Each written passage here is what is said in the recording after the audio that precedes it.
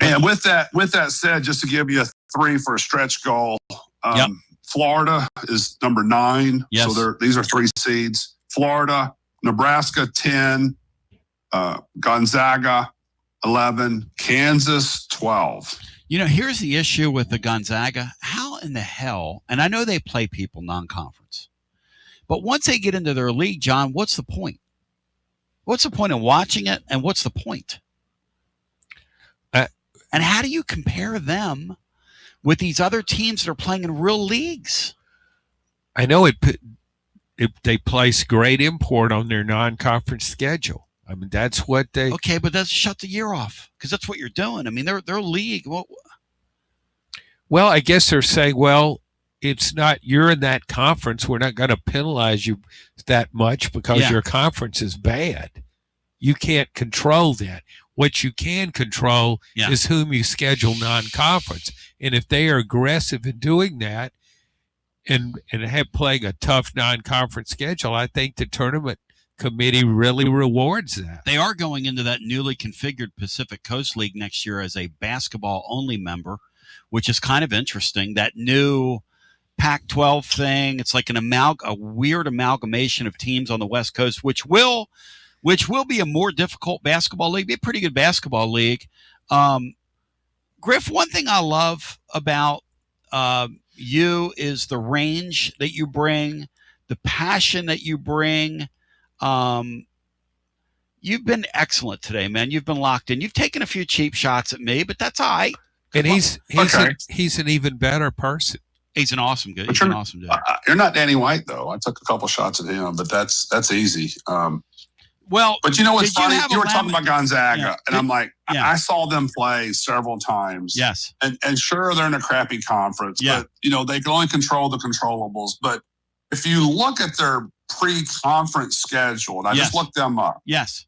They beat Alabama by 85, 95-85. All right, hang on. Hold your thought, because I want to remind people that we're out of time. We're going to stay on and do some extra time overtime. I don't know how much. I don't know if I'm getting to the callers. The callers are there. I don't know. I mean, I'm not making any promises. We're on late night tonight. But I will tell you this. The Playbook with William Pattison is up next year on Fan Run Radio. It's unbelievable, Andy. And then Dubsy and the gang after. We really need to get some branded stuff. Shirts, hats, promo items, something professional. I mean, we could just find a website and order a bunch of it ourselves. You could, but you're taking a big risk. You don't know the quality, the fit, the timeline. It's a roll of the dice. Yeah, I guess. But isn't that how everyone does it now? Not the ones who actually care about how their brand looks. Look, if we're putting our name on it, it needs to be done right. We need SM Athletics. SM Athletics? Yeah. They specialize in working with businesses like ours. Apparel, hats, promo gear, but real, customized stuff. They actually care if it turns out right. Probably a lot better than getting stuck with 100 t-shirts with crooked logos. Exactly. Plus, they'll walk you through everything. Sizing, colors, material, so it matches the image we're trying to build. Makes sense. What's the name again? SM Athletics. Trust me, if you want to look like a real company, not a flea market stand, this is the move. If you're serious about your brand, work with people who are serious about getting it right. SM Athletics. You're listening to FM 105.7 and AM 1340, WKGN Knoxville, and W289CU Knoxville, Fan Run Radio.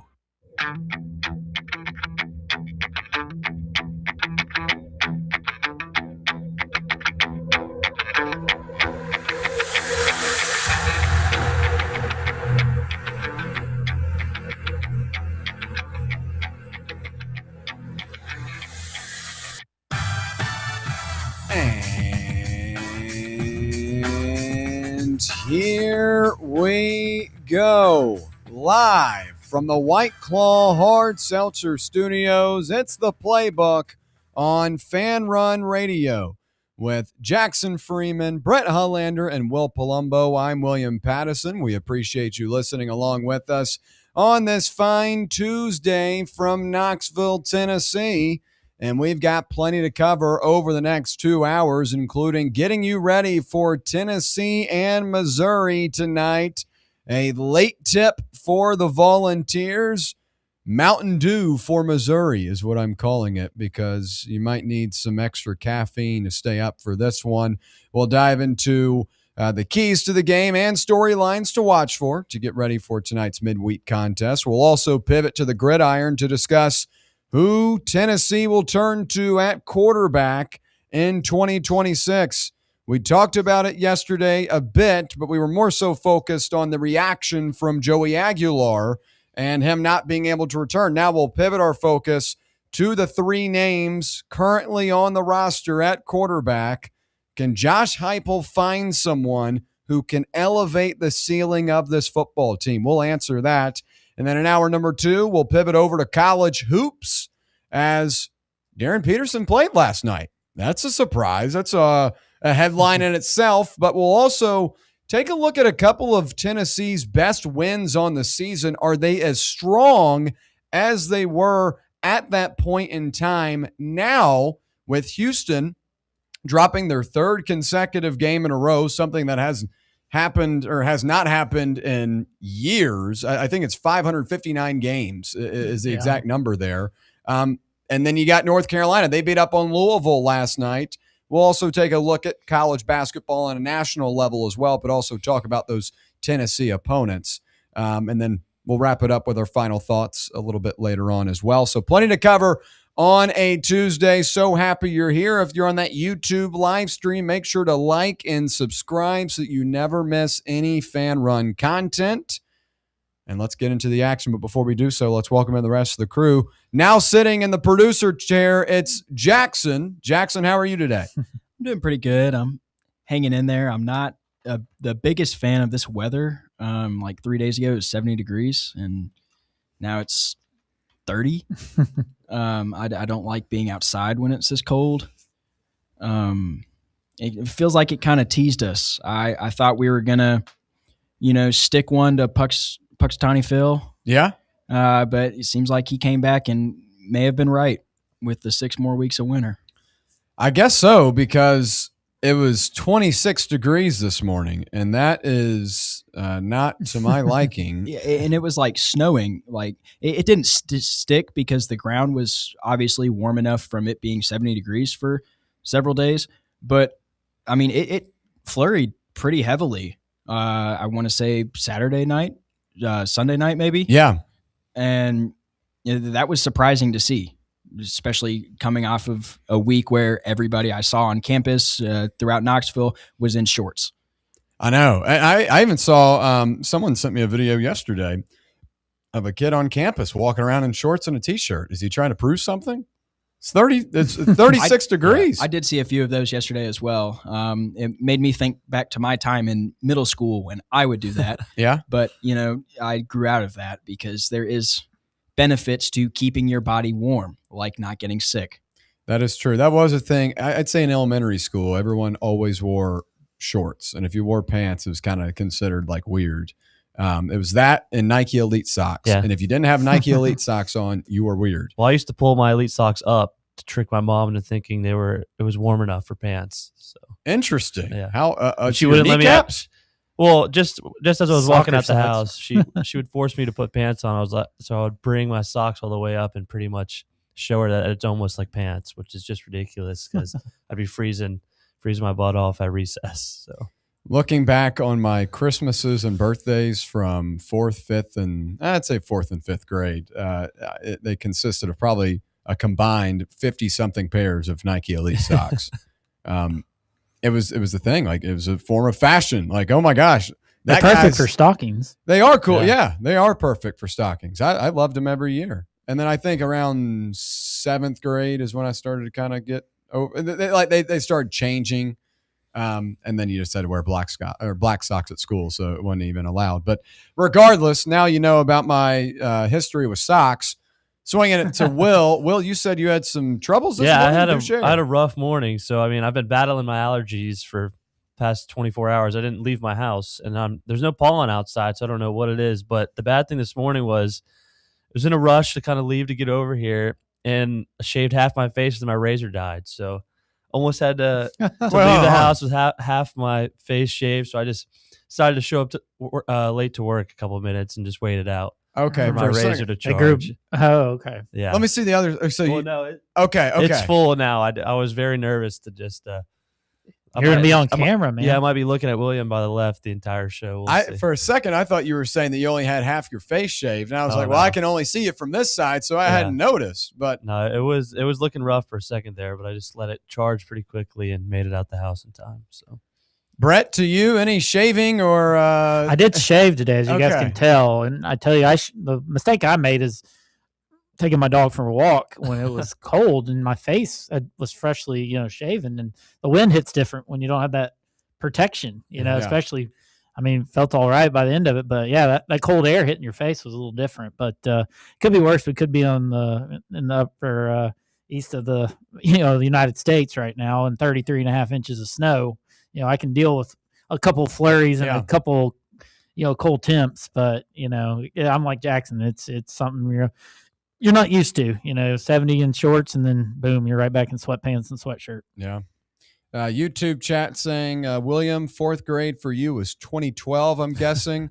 The 2012-2013 school year was my fourth grade year, yes. Graduated from Presbyterian Day School in 2015.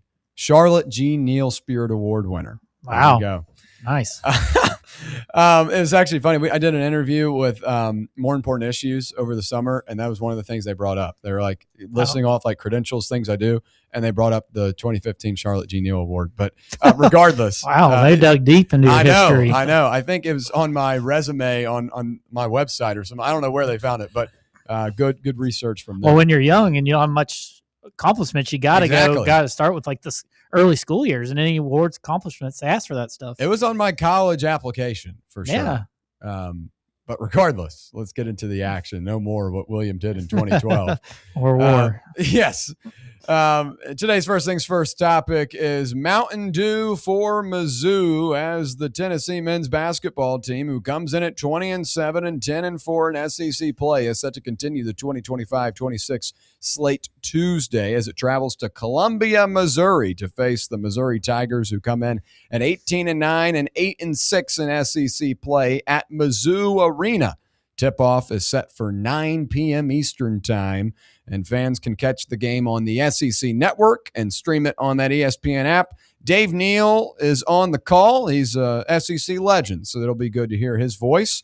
As we always do, our Ken Palm breakdown. Tennessee comes in at number 14 overall, 33rd in adjusted offense, and 14th in adjusted defense. For the Tigers, on the other hand, 52nd overall, 52nd in adjusted offense, and 98th in adjusted defense, and we'll get into those keys to the game. And we'll begin with this. For me, you got to stop Mark Mitchell. This is a Duke transfer a couple of years ago, has been at Missouri for a couple of seasons now, having a career year, leads the team in points and rebounds, is averaging around 18 a night, and he is on a hot streak right now. This is a guy that is a guy that can space the floor, can hit shots from the perimeter, can get it done inside, a utility knife player for this Tigers team. And you got to shut him down, because when he's on, this Missouri team is as well. And he was against Vanderbilt last week when the Tigers upset the Commodores in the midweek. So you got to avoid that for Tennessee, and that's stopping Mark Mitchell. Second thing, you got to go in with the same type of aggressive mentality and same type of mindset as you did on Saturday against Vanderbilt, because this is an intriguing spot, one that I don't love for Tennessee, but seeing how this group has handled road environments as of late, I'm not as worried about it. But regardless, this specific spot is a target on the back for the Volunteers, because Missouri is a fringe a fringe tournament team, NCAA tournament team, I should say, and they need big-time wins. This is a huge opportunity for them at home. They're going to have a little extra motivation, because now Tennessee's back in the polls at number 22. They're riding momentum over the last couple of weeks, winning 8 of their last 9. This is an opportunity for the Tigers. Tennessee has to realize that and come in with that same mentality they did on Saturday when they notched one of their best wins of the season. Now to the players specifically, I think Nate Ament needs to have a bounce-back performance. Was a little bit quiet against Vanderbilt on Saturday, kind of got banged around. This is not a Missouri team that is physical per se, and they're right around the 100 level in adjusted defense, as we read off a second ago, 98th specifically. Not a imposing defensive team, but Nate's got to take his own, and Mark Mitchell's a guy that could very easily heat up. They've got a couple of really nice guards as well that like to score. This is a score-oriented, offensive-oriented team for the Tigers. You need the performance from Nate Ament tonight, get around that 20 mark, and then get those complementary performers as well. And I think that sets up for a recipe for success for the Volunteers. So 3 keys: stop Mark Mitchell. Got to go in with the right mindset. Know that you got a target on your back. And I look for Nate Ament to bounce back and turn back into Nasty Nate, even though he did win the SEC Player of the Week last week. I don't know if they did not watch the Arkansas-Alabama game and see Darius Acuff go for 49. But, hey, I'll take it. Well, he was Player of the Week. Yes, but, I mean, still Acuff. SEC Freshman of the Week. Yeah, that's true. He's Player of the Week. I would assume he'd be the Freshman of the Week, too. Just take both, yeah. Regardless, those are my 3 keys. Will, I'll swing it to you. What are you watching for tonight? Yeah, I'll agree with you. I think we need to come in with that same intensity that we came in against Vanderbilt. And I think Emmett definitely needs to step up from last game, right? I think we can control the game kind of with our tempo. And I think a big thing, too, is which we've been doing really well lately, is limiting our turnovers. I mean, on the road, we can't let a team like Missouri get early transition points. I think they're kind of streaky, but they're definitely good enough to make us uncomfortable. I mean, especially at home. But I think it definitely favors our identity. If we defend well, control the pace, play our style of game, and avoid scoring droughts, we should be able to extend our success on the road. Like you said, 5 consecutive road wins at Mizzou. So those are my keys to the game. Brett, to you, what are you watching for? Yeah, this is a unique matchup I thought this would be our toughest one. We went through the last, including Vanderbilt. I include this one as my toughest game remaining in the regular season, just because, coming off Vandy, Tuesday night in Mizzou, 9 o'clock, late tip, things like that. But I agree with you. Mark Mitchell's the key. He almost plays a point forward for this team. That's a unique matchup for us. Things like that. Their best player being a forward. A lot of these teams we've played against are guard heavy. A lot of the guys, where our best defender is guarding a guard. So I'm interested to see the matchup tonight. Does Nate Ament draw that guy and things like that? Or is it a Boswell or an Amari Evans could play a key role on Mark Mitchell tonight, because they have 3 guys on the perimeter that all shoot above 40%. So the 3-point line is going to be huge. It's similar to Vandy in the fact that they're fighting for their, seeding lives and tournament lives, things like that. So yeah, it's going to be, I'm interested in the environment. Tickets are pretty cheap, so it seems like it's not a big deal to them, and things like that. So, and then the Estrella side of things, will he, won't he play? I mean, he's a game changer and different things like that. So, yeah, I mean, it's just simple and, take care of the ball, get on the glass. They're not a great rebounding team, even though they have some quality size. They only get about 35 boards a game. So you think you have advantage there, especially on the road and things like that. So just do what you do best, defend and control the glass. And I think, maybe you can come out of there with a victory. Jackson, to you, what are you watching for? Keys to the game against Missouri. Yeah, I want to piggyback off what Will said and with the turnovers. You only had 9 last game. You got to keep that up. Limiting how many transition points that Missouri can get, just playing sound defense. Outside of Mark Mitchell, I think you also got to limit Jaden Stone. He averages 15 points a game. So they have another viable scoring option. If you shut down Mark Mitchell, they can easily swing it to Stone, and he can light you up. So I think if you can limit Mitchell and Stone and force them to get production outside of those 2 guys, you're in a good spot. Yeah, you mentioned those guards. They've got a couple of them. We'll talk more about them here in just a moment. But let's learn a little bit more about the injury report tonight, as Brett alluded to it. Out for Tennessee, Clarence Masamba and Cade Phillips, 2 kind of no-brainers there. But questionable is J.P. Estrella. There was an anticipation for him to be available against Vanderbilt on Saturday, but he did not go. And those I've talked to over the last 48 hours said that Missouri was a target return date for him. And he's kind of a 50-50 go tonight. Kind of a game-time decision is the way I would look at it. But he would be big up against this Missouri team. As you mentioned, Brett, Mitchell kind of a point forward for this group. That's going to bring a big out of the paint. Tennessee has been a great rebounding team in multiple different spots on the court throughout the season. But with Missouri pulling out one of their bigger guys, that means that there's going to be a little bit more space down low, which means you're going to need a little bit more help downstairs. So J.P. Estrella not being available could be a big part of tonight's game. For Missouri, it's Boateng and Porter. Both those guys are out, but have been, and it's not a huge revelation there. But learning more about the matchup and the Tigers, since the Tigers joined the SEC in the 2012-2013 season, Tennessee is 11-6 in the series, owning an 11-5 tally in league play. And Tennessee is 12-6 in its last 18 games against Missouri, including 7-3 in the past 10. The Volunteers shot 66.7% from three-point range against Missouri in last year's 85-81 home win on February 5th, 2025.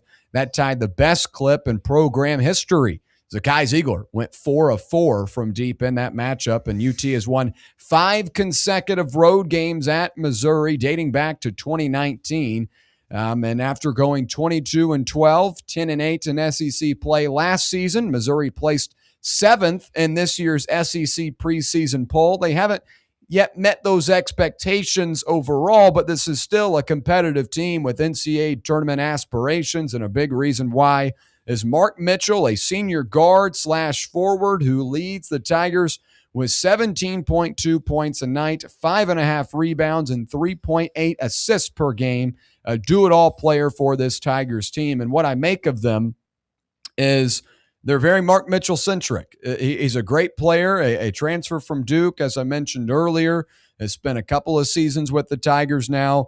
He's kind of the glue for this whole team, and he makes this team go. When he's on, this team is on. He was on against Vanderbilt in the midweek last week, a big reason why that Missouri team was able to come out with a signature win. For Tennessee, you've got to lock him down.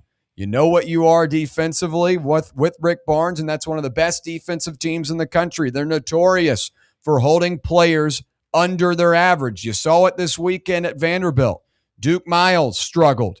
Tyler Nickel struggled. Both those guys were well under their season averages. Tyler Tanner still had a good night, but he struggled in the second half.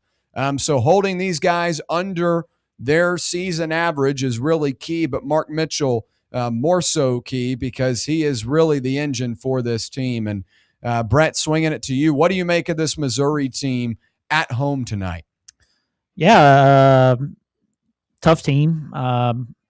They started the conference play 2-0 with wins over Florida and then at Kentucky. So you thought this was going to be a surprise team. Since then, they're 6-6. So, as most of the SEC I've said is kind of mid outside of, Florida, who's kind of taken off and gone a step above everybody. But, yeah, just a unique team, and the fact that they have a point forward like Mark Mitchell, who kind of does it all and things like that, which causes problems and, takes a big out of the paint for us. So that opens up driving lanes for some of their guards and things like that. So, and, most of the teams have really one shooter to worry about, like Tyler Nickel. This team has 3. So you have to be on point with your defense and things like that. So, we're going to probably switch most everything. But I like I said, I think this is going to be, Nate Ament, or Amari Evans type matchup for us tonight, which, typically we'd see a Boswell on the best player, but it might not be a night where that is, where Boswell's needed on some of these shooters. But yeah, they're just going to be tough. They're a quality team, and I don't expect them to lay down at all. And this feels like a game we saw against Vandy, a real physical, low scoring type game. The way we want to play, we don't want to get in a track meet with a team that likes to get out and run. So I expect just another hard nosed SEC game. We don't score the ball well enough to get in those type of games. So I think it'll be another low scoring tonight. Well, you mentioned that Vanderbilt game. Let's talk about that last outing as the University of Tennessee men's basketball team registered its second AP Top 20 road triumph of the season with a 69-65 victory Saturday afternoon at number 19 Vanderbilt. And senior guard Jacoby Gillespie paced the victors with a game-high 17 points at a sold-out Memorial Gymnasium, helping the program clinch its fifth straight 20-win season, which is a school record. Gillespie shot 3 of 7 from the three-point line, a big boost from what you saw on Wednesday against Oklahoma. Nate Ament tallied 13 points. We'll focus on him here in a second. But Bishop Boswell, he finished with 9 points and a couple of key buckets late in that game against the Commodores, and he also led the team in 4 assists. And talking about what the Vols can take away from that Vandy win, I think it's handling the environment and handling the momentum swings in the game. We talked about it yesterday in our takeaways. I thought one of the best things of the game was Rick Barnes' very timely substitution of matching the tempo that Vanderbilt was playing with and their speedy guards. Barnes decides to go away from a Felix Akpara, puts in Dwayne Brown, adds in Ethan Berg, and you have a lineup of a 4-out, 1-in small ball that can play with the pace. Now, that's not an example I necessarily want to see tonight in terms of that specific lineup, but I want to see Tennessee continue to manage the ebbs and flows of the game in a road environment. It's going to be tough. They're going to get up for this one. It's an 8 Central tip-off for them, 9 p.m. Eastern here. You know, a little bit of a later schedule for the Volunteers as opposed to them, so you can't come into this one sleepwalking. That's why I said grab that Mountain Dew or coffee, whatever it may be. But you got to control the ebbs and flow of the game, and that's what I want Tennessee to take away from that win against Vanderbilt. Will, to you, what do you want the Vols to carry in to this matchup tonight at Mizzou Arena from that Vanderbilt win? Yeah, I think you said it perfectly. I mean, just keeping that same intensity in an away environment, right? And also just the defensive performance we had last game was, I think, one of our best of the season. So I think if we can continue that today, like you said, we've done a great job of keeping their leading scorers under their season averages. So if we can kind of keep Mark Mitchell handled, don't let him kind of affect their style of game. We play our style of game. Like you said, I love the change Rick Barnes made, but we didn't panic as well, which I think was great. I don't think we'll be in that situation, hopefully tonight, where we'll be down and have to make a change. But I think just keeping that same intensity, keep that same defensive effort, do what you do good, right? Rebound the ball well, and just keep the best things we've been doing recently are what we struggled with earlier. I think our free throw shooting has been a lot better, and I think we've been limiting our turnovers. So I think if we just continue to do those things like we did last Saturday, I think we'll be all right tonight.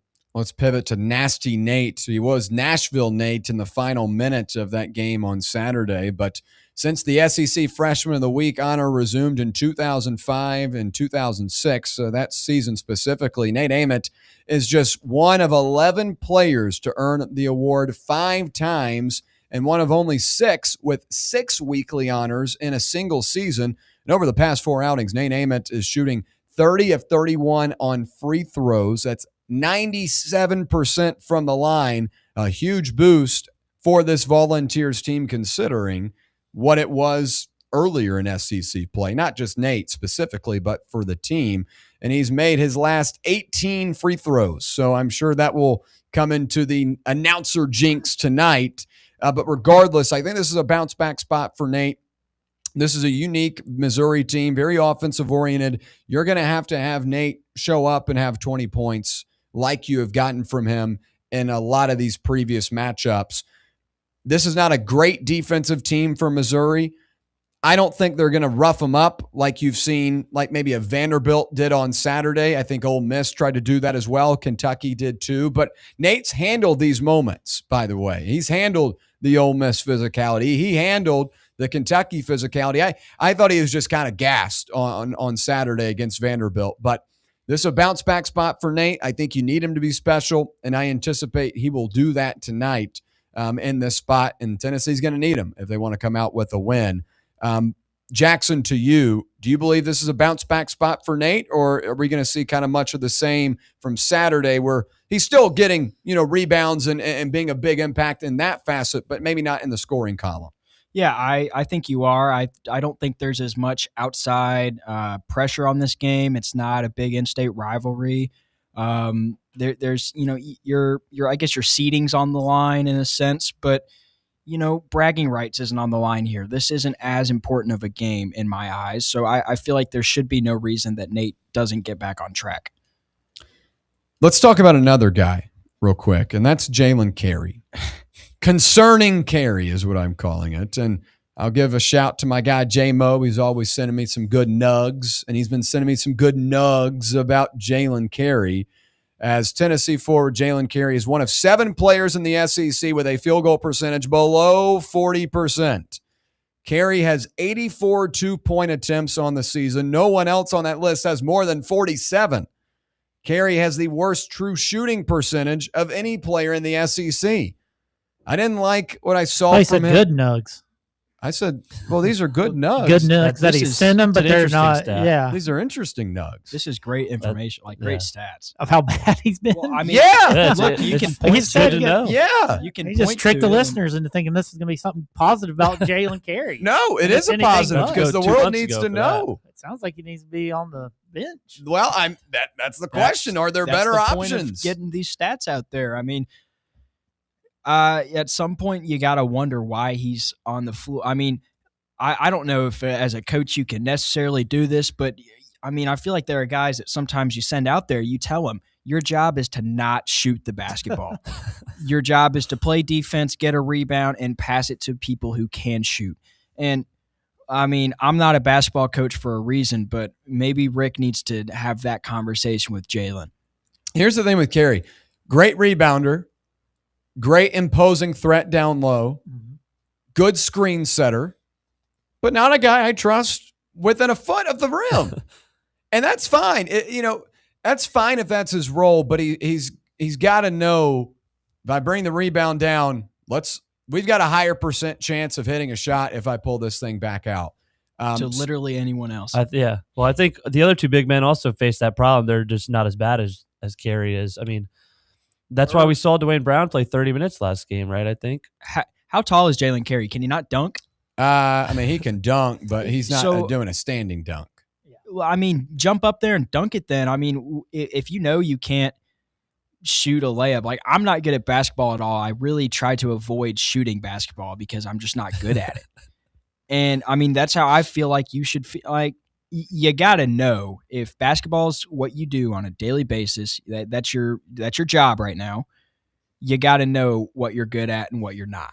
Doesn't help that he can't make a free throw either, I think. So, like, you go for a dunk, you don't get fouled, and then he goes 1 of 5 from the line. So, yeah, he stands at a 6'7", but he can't dunk it stand. He can't do it standing. How are you that tall and can't?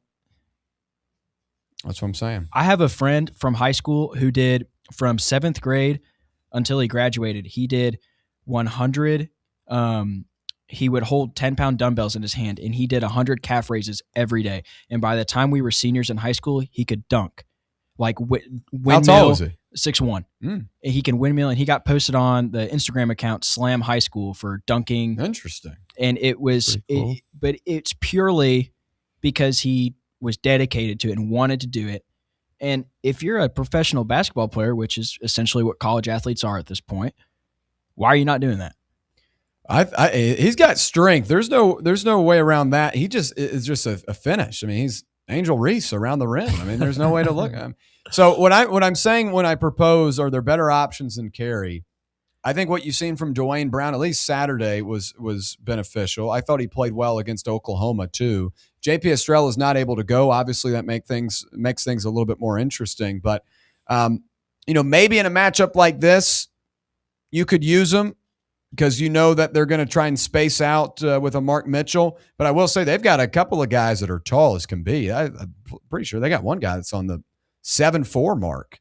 He's not a consistent contributor for them. Obviously, he's very limited in terms of his agility. But I think their second leading scorer is like 6'10". Yeah, and he's kind of the same. He's kind of the same thing as Mitchell is. Kind of these utility guard forward type players. So this is an interesting matchup. I don't love it for Carey is what I'm saying. And I don't really love Carey, period. But I think there are moments where he does show up. He's kind of Tobe Awaka.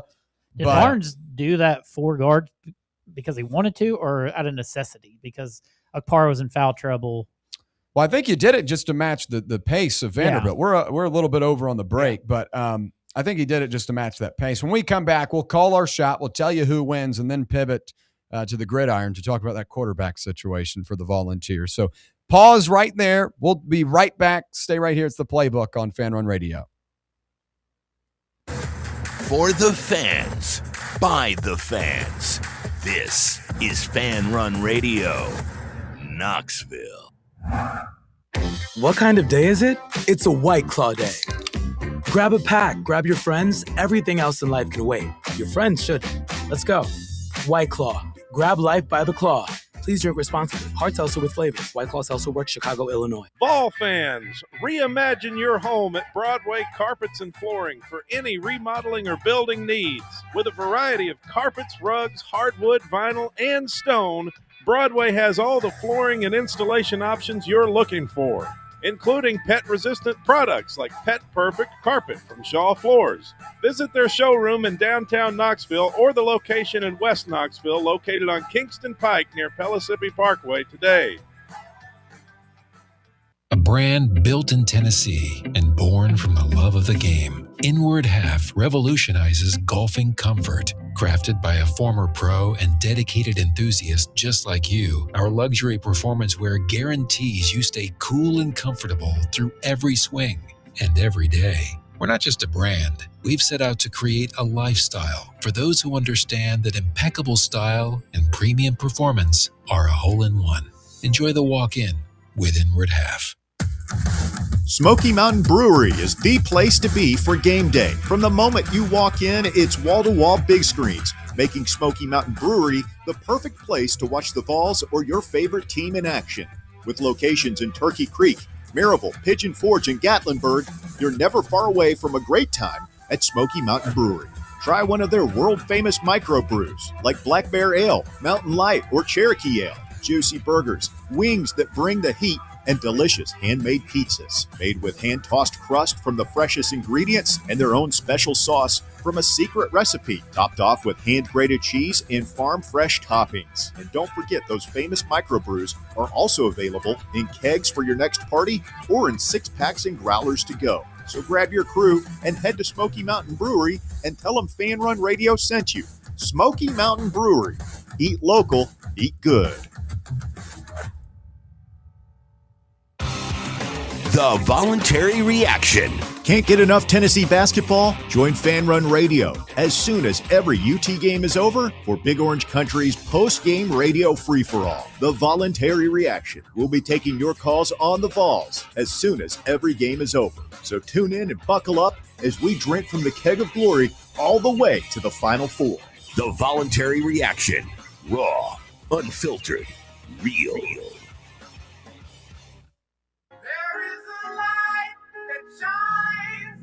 Special for you and me. You need to look at the other side.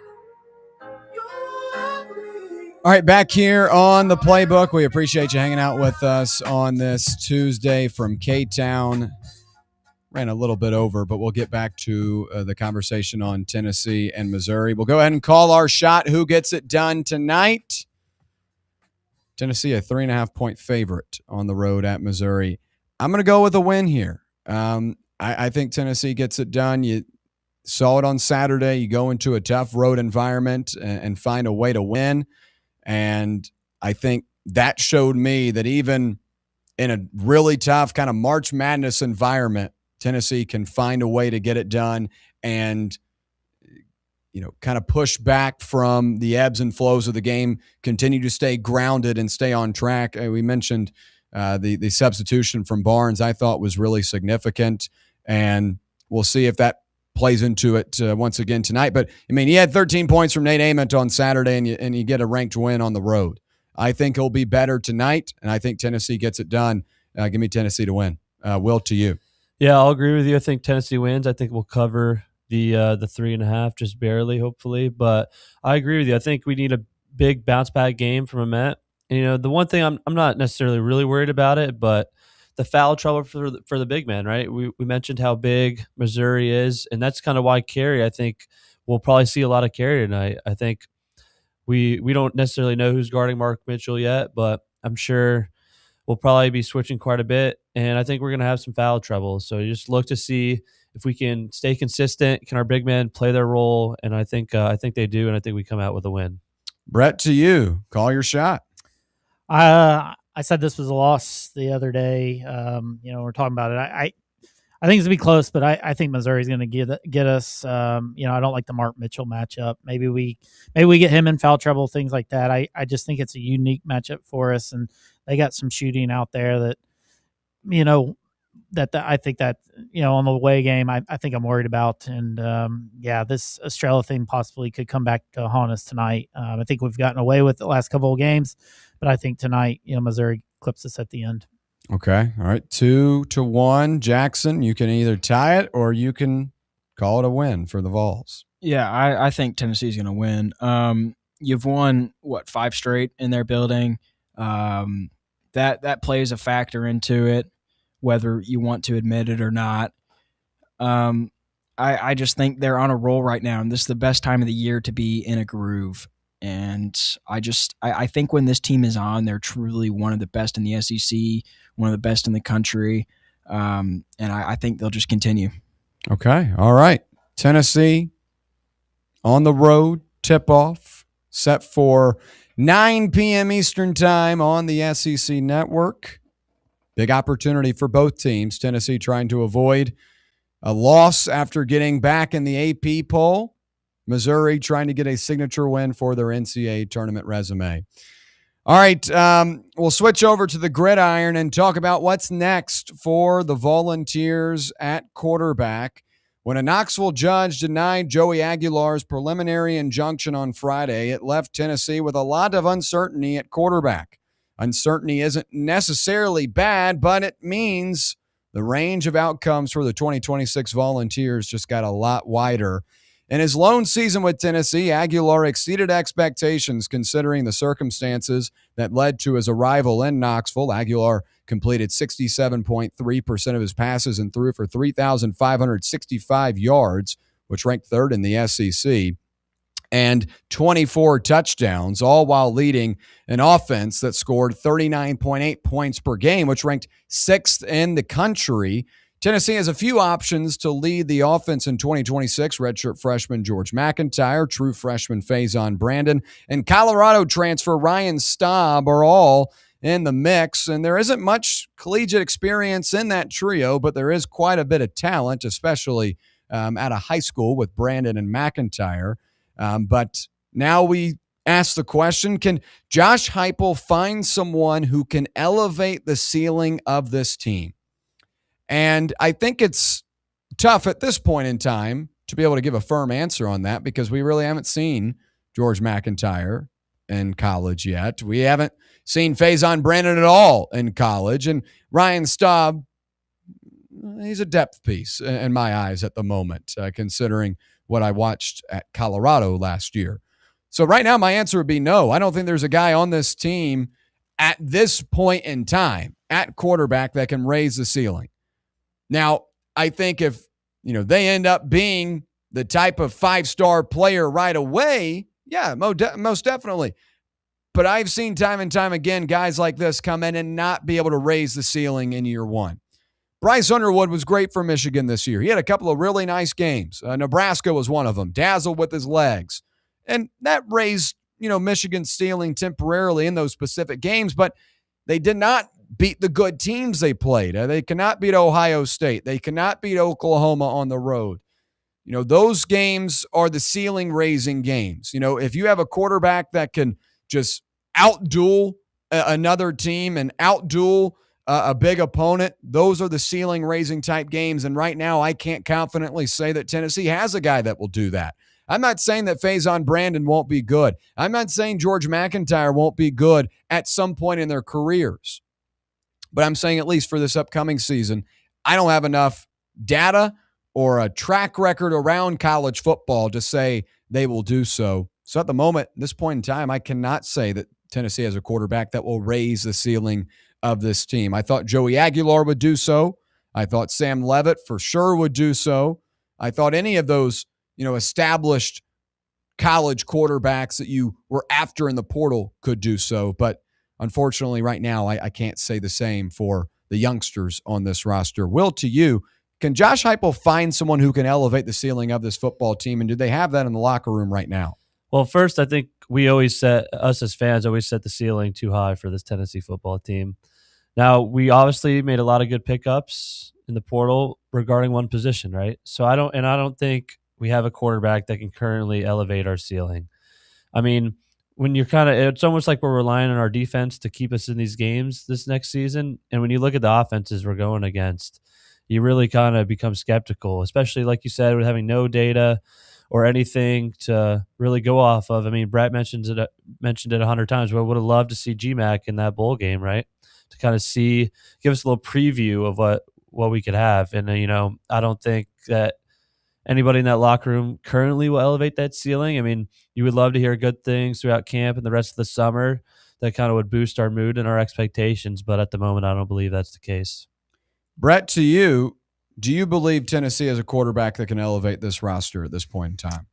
Elevate, no. You just, I guess at this point, you just won't want them to go out and lose games. I think you're just going to have a game manager type situation, which may not be what fans want, but I think with hopefully your defense and things like that, run game, you're going to rely on that, kind of like you did in 24. Now, schedule may not allow you to do that, and you didn't know how good that defense in 24 was going to be, so things change. You don't have a bell cow like you did in Dylan Sampson either, but I mean, it remains to be seen. I mean, we've seen what Heupel can do with quarterbacks, not young ones, but with some of the skill positions, a tight end, you've got an offensive line. I mean, you got the ability to have somebody that be successful in this system. But I just think the schedule is asking a lot, even with a quality defense. But yeah, I think it's going to be hard to see either one of these quarterbacks really elevating a team to maybe where fans are hoping or wanting to be. Jackson, same question to you. Yeah, I'm gonna be, I guess, the odd man out here. I'll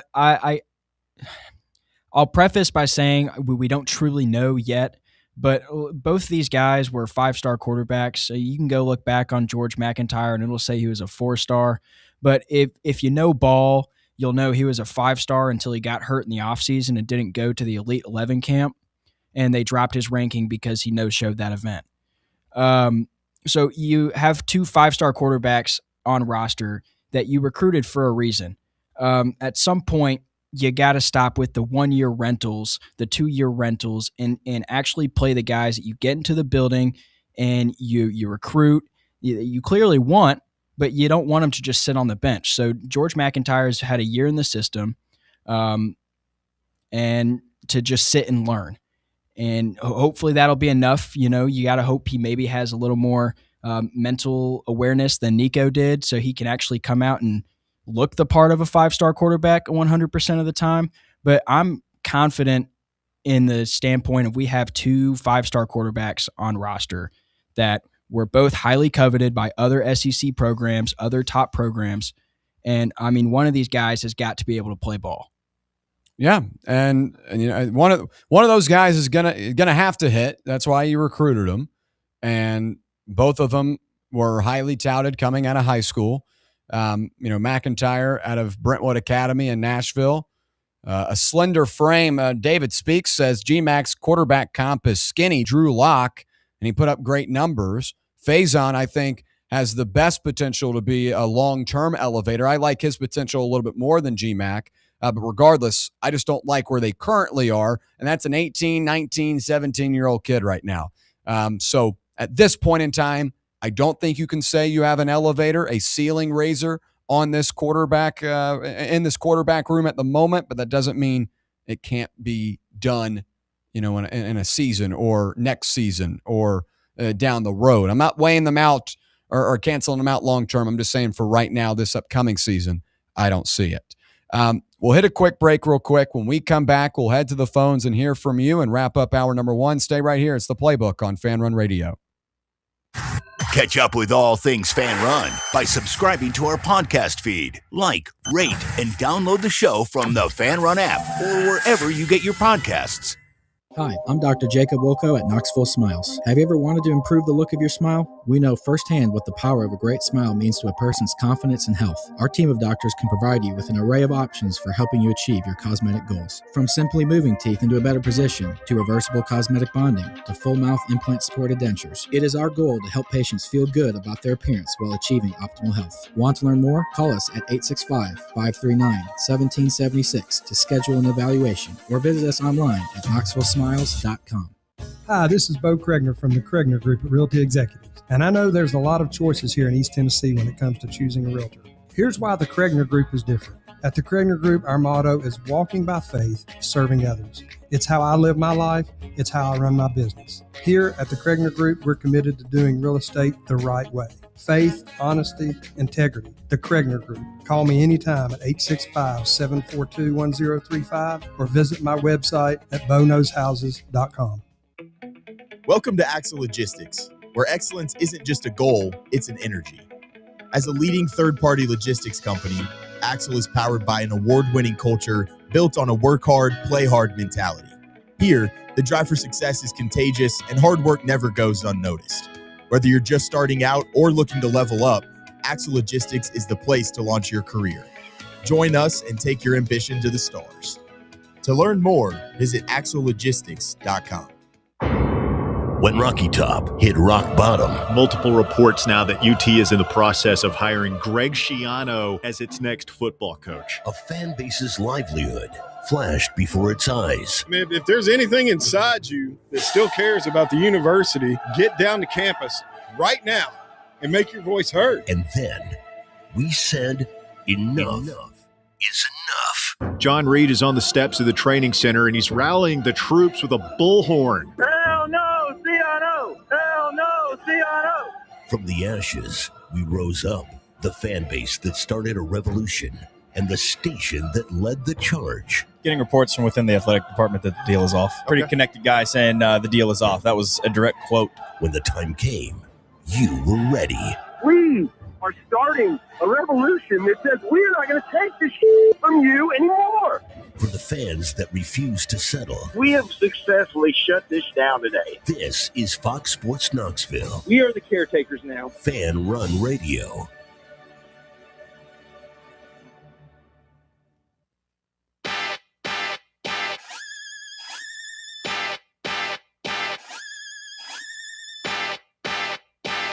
All right, back here on the Playbook.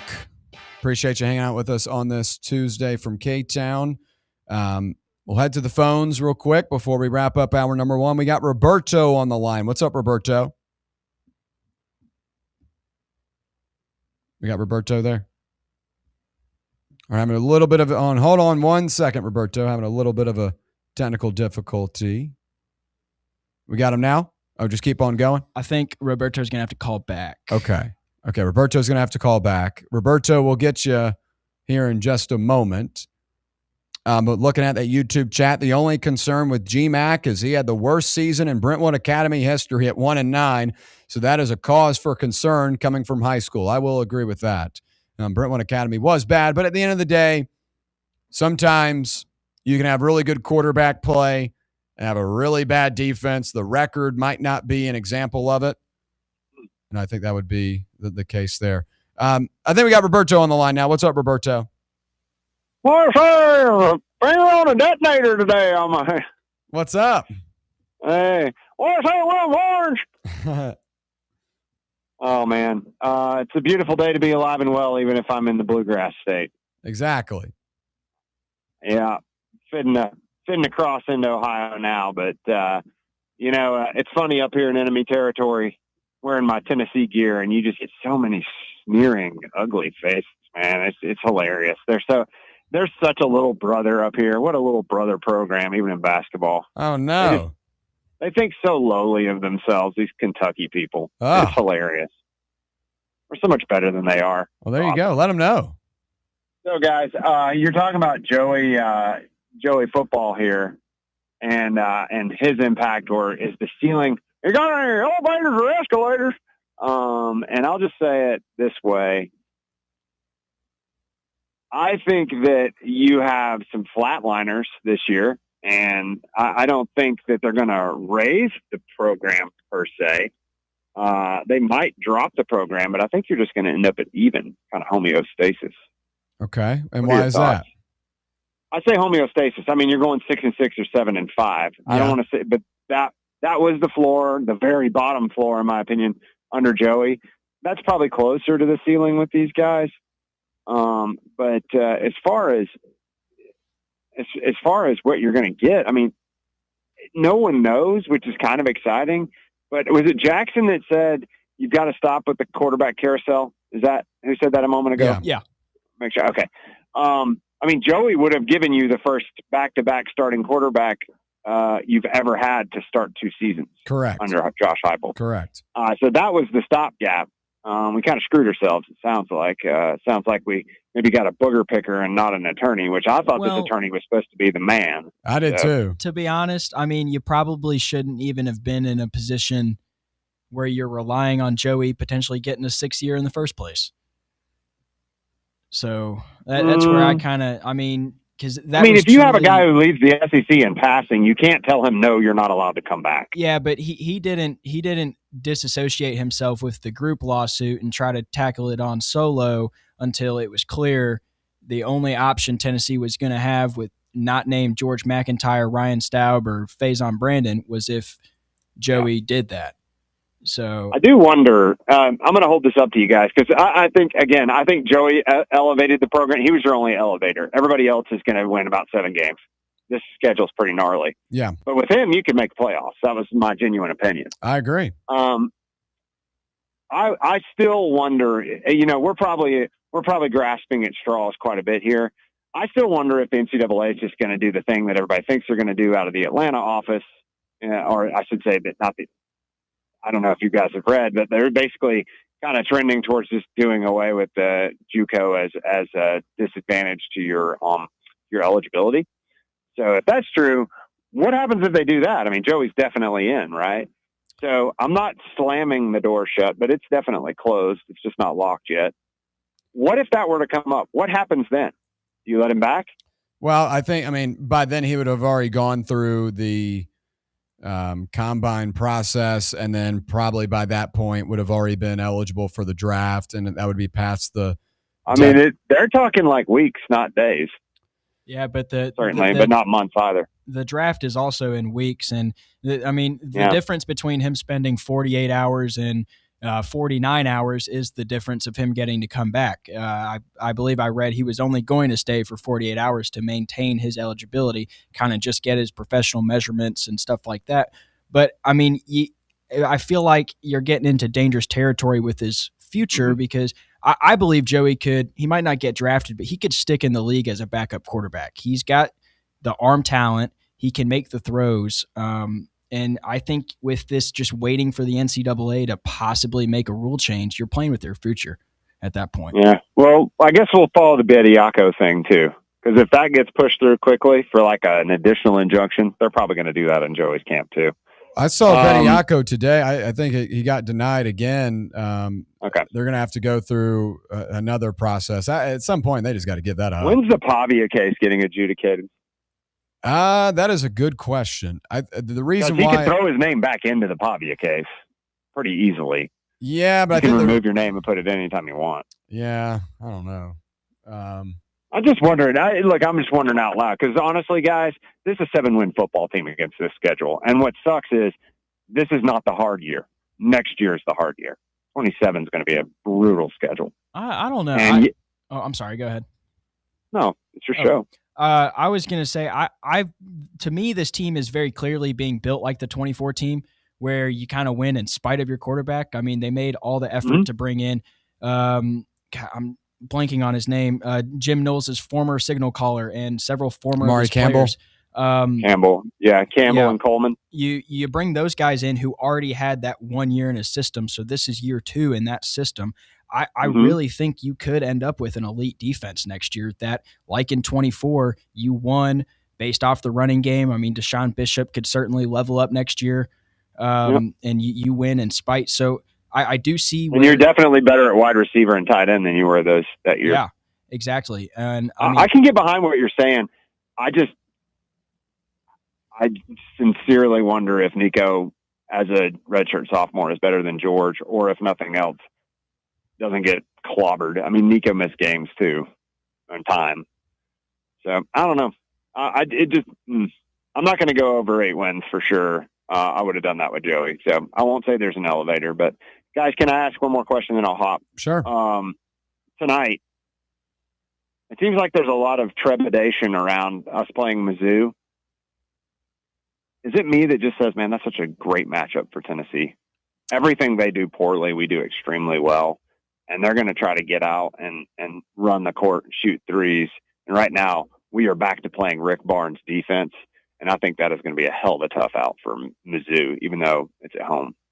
And I'll leave you guys with that. Have a great night. Yeah, well, they can get hot at any time, and I think that's the big worry here, especially with a guy like Mark Mitchell that can take over a game at any moment, and they did so against Vanderbilt last week in the midweek, so I think that's the main thing that scares me other than the, kind of just correlation to last year, late tip, on the road, fringed NCAA tournament team in need of a resume-boosting win. That sets up for an interesting spot, but Tennessee in February has proven they can go on the road and win games, even if they're trailing at halftime, 3-0 in such instances in this month. So we'll see if Tennessee can get it done. We had a 3-1 vote today for Tennessee to get it done. When we come back in hour number 2, we'll take your calls and also pivot to the hardwood on a national level, talking college basketball. We'll go around college hoops. Stay right here. Hour number 2 on the way. Follow us on Twitter or X or whatever they're calling it these days at Fox Sports Knox, Fox Sports Knoxville, Fan Run Radio. Blackford Veterinary Surgery Referral specializes in surgeries not regularly performed by your pet's general veterinarian. They're currently accepting referrals from vets all across the country. With their newly renovated state-of-the-art surgery center and highly trained staff, clients can rely on professional and thorough care. If your vet says that your pet needs surgery or rehab, ask for a referral to Blackford Vet and let them get your best friend back on its feet. Located conveniently in West Knoxville. For more information, visit blackfordvetsurgery.com. At Knoxville Insurance Group, they understand the challenges many consumers face when searching for insurance coverage. That's why whether it's for you, your family, or your business, they create a coverage plan specifically for your unique needs. Knoxville Insurance Group is an independent firm, which means they aren't beholden to just one insurance company. They search multiple companies acting as your negotiator to find you the best possible policy and price. Start a quote in minutes at KnoxvilleInsuranceGroup.com or call them today at 865-694-9788. Snakes, zombies, sharks, heights, speaking in public. The list of fears is endless. But while you're clutching your blanket in the dark, wondering if that sound in the hall was actually a footstep, the real danger is in your hand when you're behind the wheel. And while you might think a great white shark is scary, what's really terrifying and even deadly is distracted driving. Eyes forward. Don't drive distracted. Brought to you by NHTSA and the Ad Council. At Knoxville Insurance Group, they understand the challenges many consumers face when searching for insurance coverage. That's why whether it's for you, your family, or your business, they create a coverage plan specifically for your unique needs. Knoxville Insurance Group is an independent firm, which means they aren't beholden to just one insurance company. They search multiple companies acting as your negotiator to find you the best possible policy and price. Start a quote in minutes at KnoxvilleInsuranceGroup.com or call them today at 865-694-9788. You're listening to FM 105.7 and AM 1340, WKGN Knoxville, and W289CU Knoxville, Fan Run Radio.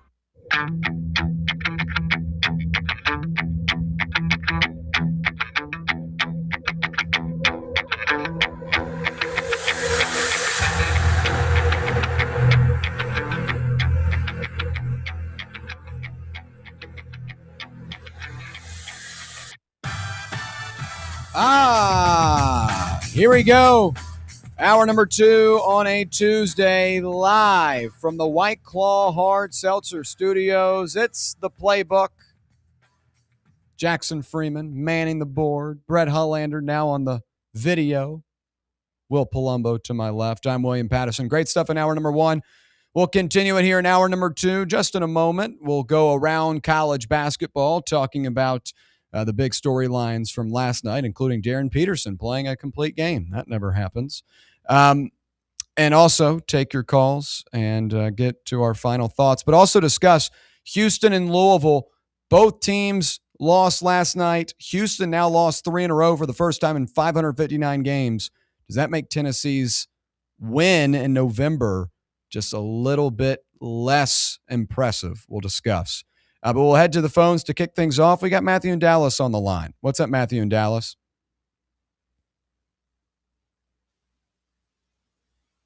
Hey, William. How are you doing, guys? How are we? Doing well. Actually, I'm sorry. Matthew that has a home in Dallas but is in Little Rock now. My apologies.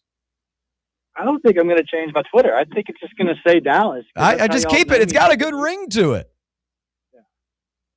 Listen, I quickly here for my thought from yesterday, I just want to touch base quickly on the Vanderbilt win.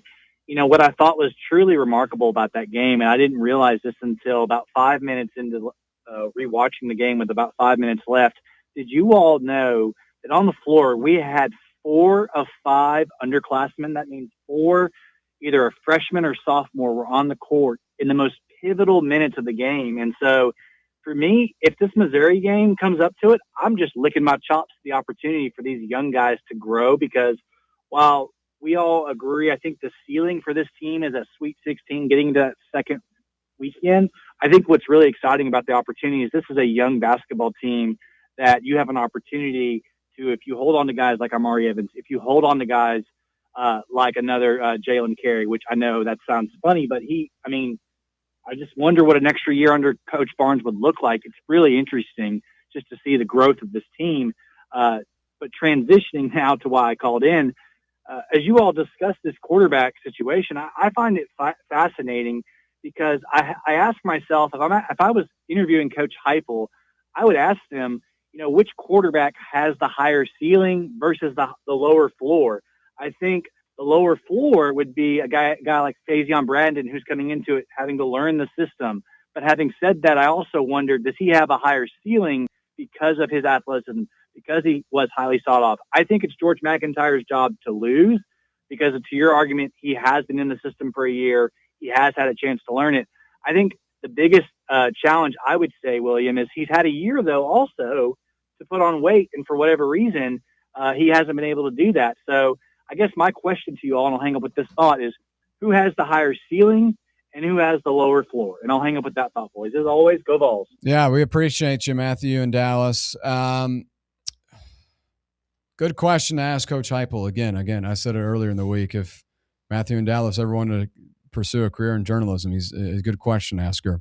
I think the higher ceiling would be Faison Brandon. I think the better floor is George McIntyre. So I think McIntyre, you at least got a season of being a college athlete, which I do think is worth something. I know he hasn't played a ton, but the adjustment from going to a high school kid who's attending proms and hanging out in the senior lounge after school to, okay, now I'm a Tennessee student. I'm a Tennessee athlete. I'm going to the weight room early in the morning. I'm hanging out in the locker room with the, Gatorade refrigerator full of every protein shake imaginable and all of that. That all plays into it. So I think that experience of just being in practice, practicing what it's like to be a college student, living that life as a college athlete, I think is valuable. So that would give me the better floor, because Faison's 17 years old right now. He's not ready to go play right away. He's not ready for the SEC. I don't give a damn what he looked like at the 6A level in North Carolina. I had someone tell me that this weekend. Well, Faison played 6A North Carolina football, was an incredible player. I'm sure he was. That's why he was a 5-star. But a lot of these guys that are coming into college were the man at their high school. I graduated with a lot of the guys, and those guys then weren't anything at their next school. And I'm not saying Faison's not going to be anything at Tennessee, but I'm just saying just because a guy was really good in high school doesn't mean that's necessarily going to correlate when you go up against, 300-pound, big guy from Alabama who's going to the NFL in a year. That's a different story. But I do think Faison has the higher ceiling, because I think you look at him in some of these competitions as, just a quarterback, a pure quarterback at the Elite 11 camp. He was very impressive last summer. And that's stacking up against, some of the other best quarterbacks in his class. And Faison was a guy that was continually drawing interest from a lot of people. So, I believe that he's got a higher ceiling based off of his skill set as a dual threat guy, and that fits Heupel's system a little bit better. McIntyre can still run. He looks like a little giraffe out there with those long legs and long frame, but I think Faison's a little bit more elusive, a little bit more agile, I just think he's got an upper hand in a lot of those, dual threat aspects compared to McIntyre, who I think can still throw a good football. And, you love his size and 6'6", but I do think that Faison gives you a higher ceiling, but not specifically for this season, but long term, I think it would be Faison. And who knows, maybe you throw Faison out there and he starts playing like it's 6A football again. But I think you have a better, more established floor with GMAC. What would you guys say to that? Brett, beginning with you. Yeah, I mean, I kind of agree with you. Part of me is the more we get closer to it, and the more Faison gets used to the system and things like that, I might lean Faison for the reasons you ask, just because he gives you the game break mentality of the run game, or the run game and things like that. And if you're ever going to throw a freshman quarterback out, either one, this is the year to do it. We talk about missing on all these older quarterbacks and things like that, but I think with your quality offensive line, the skill positions around you, the type of one read kind of system out of your hands, or just throwing a deep ball. I like that ability these two guys have with their skill set and things like that. So I think Faison is probably going to bulk up a lot faster. He's already a good 15 pounds ahead of where McIntyre is. And, Aguilar's a lot more experienced, but he came in and learned the system in a lot shorter period of time than Faison's going to do. So I think as it gets down closer to it, I think it's going to be more exciting to see a guy with dual threat ability. I think that opens up a lot more for your offense, and things like that. So, so I think I think Faison raises your expectations a little bit more than George McIntyre as we sit here today. Okay. Well, to you.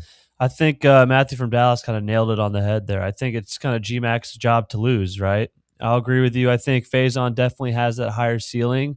I mean, the size, the arm strength there.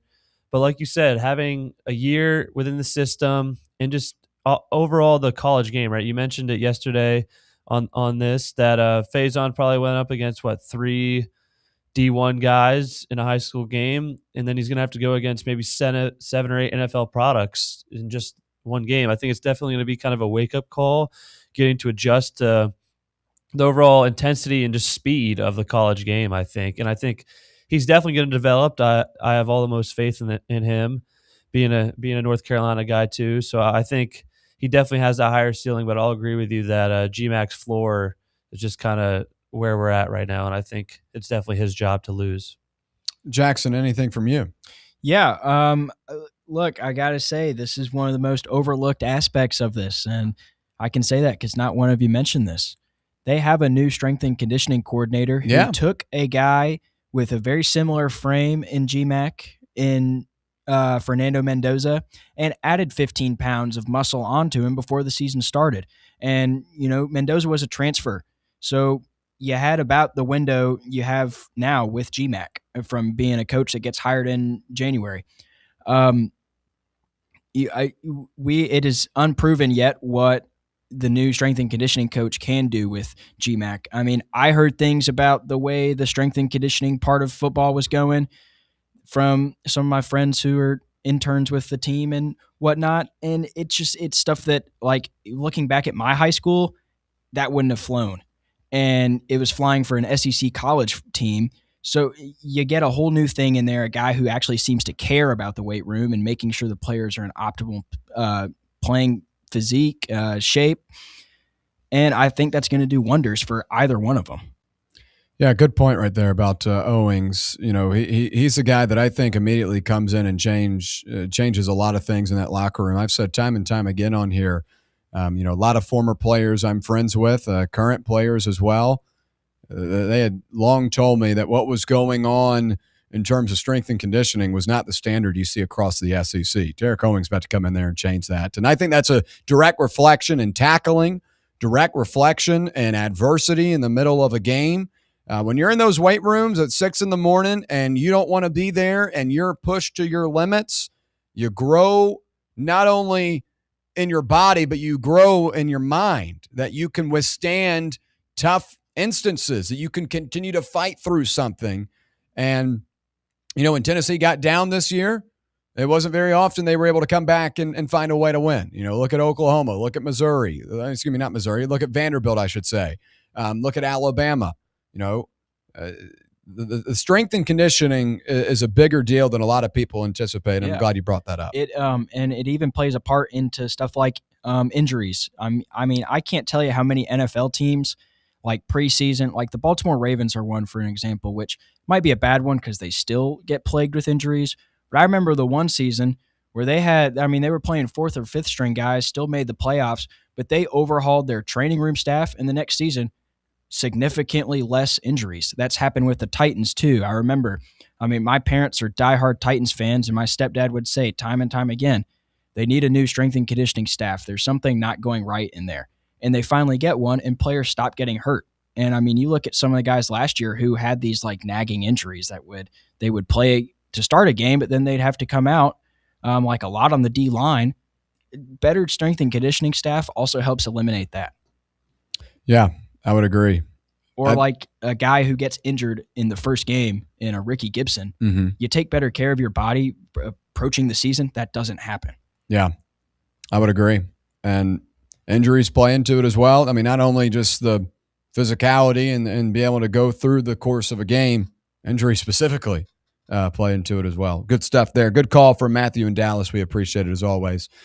All right, let's switch over to the hardwood for our Around College Hoops segment today, and we'll begin with Peterson Plays.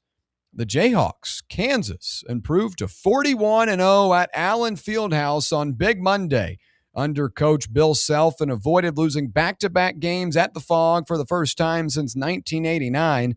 On the heels of Saturday's shocking 16-point loss to Cincinnati, the Victors took down Houston, and that makes Houston now 559 straight home games without a consecutive loss for Kansas with the win. But it was also Houston's first loss 3 consecutive times in like decades, centuries. This team doesn't lose 3 games in a row very often under Kelvin Sampson, let alone just the Houston program, period. But does Houston have a problem? We'll begin with that because that's an opponent that Tennessee beat earlier in the season. One of Tennessee's best wins on the year came at the hands of the Volunteers, or at the hands of Houston, I should say. And this is a group for the Cougars that has now dropped Iowa State, Arizona, and Kansas all in a row. Now, when I say those 3 teams, all of them are very good. All of them are towards the top of the conference. But when you look at Houston's schedule, it is interesting because they really haven't beaten that good of a team yet. Now, they beat Texas Tech. I'll give them that. They played Texas Tech at home, beat them 69-65. Arkansas, a good win as well, 94-85, and that was an out-of-conference play. The Auburn win doesn't look as strong now because Auburn is a fringe, kind of. We'll see what kind of seed line they get. They're around that 8-9 line right now in the tournament, and that's going to be a bubble team. And then you look at the win over BYU. You give them credit for that, 77-66. But, losses to Texas Tech on the road and now 3 in a row against good Big 12 teams.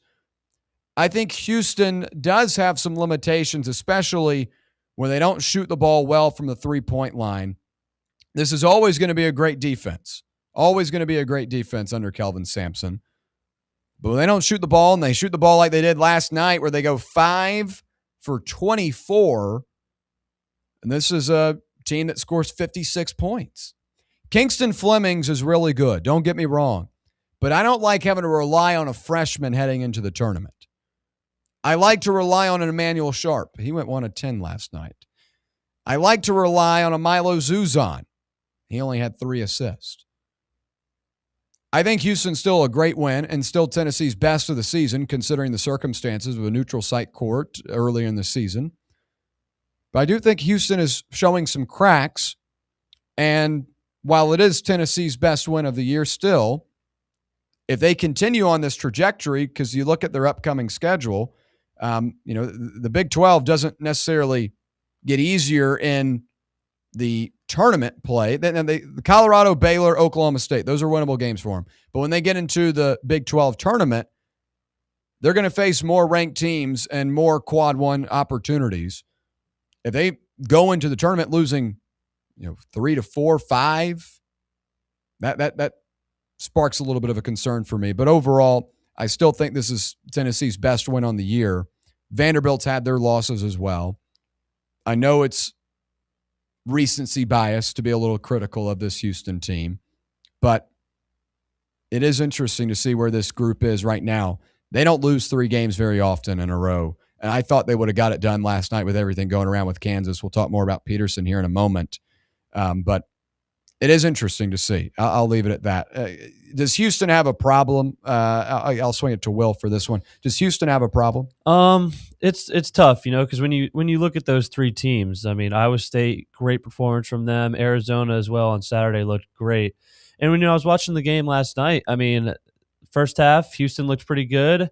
Then they let Kansas go on like an 11-0 run to end the first half.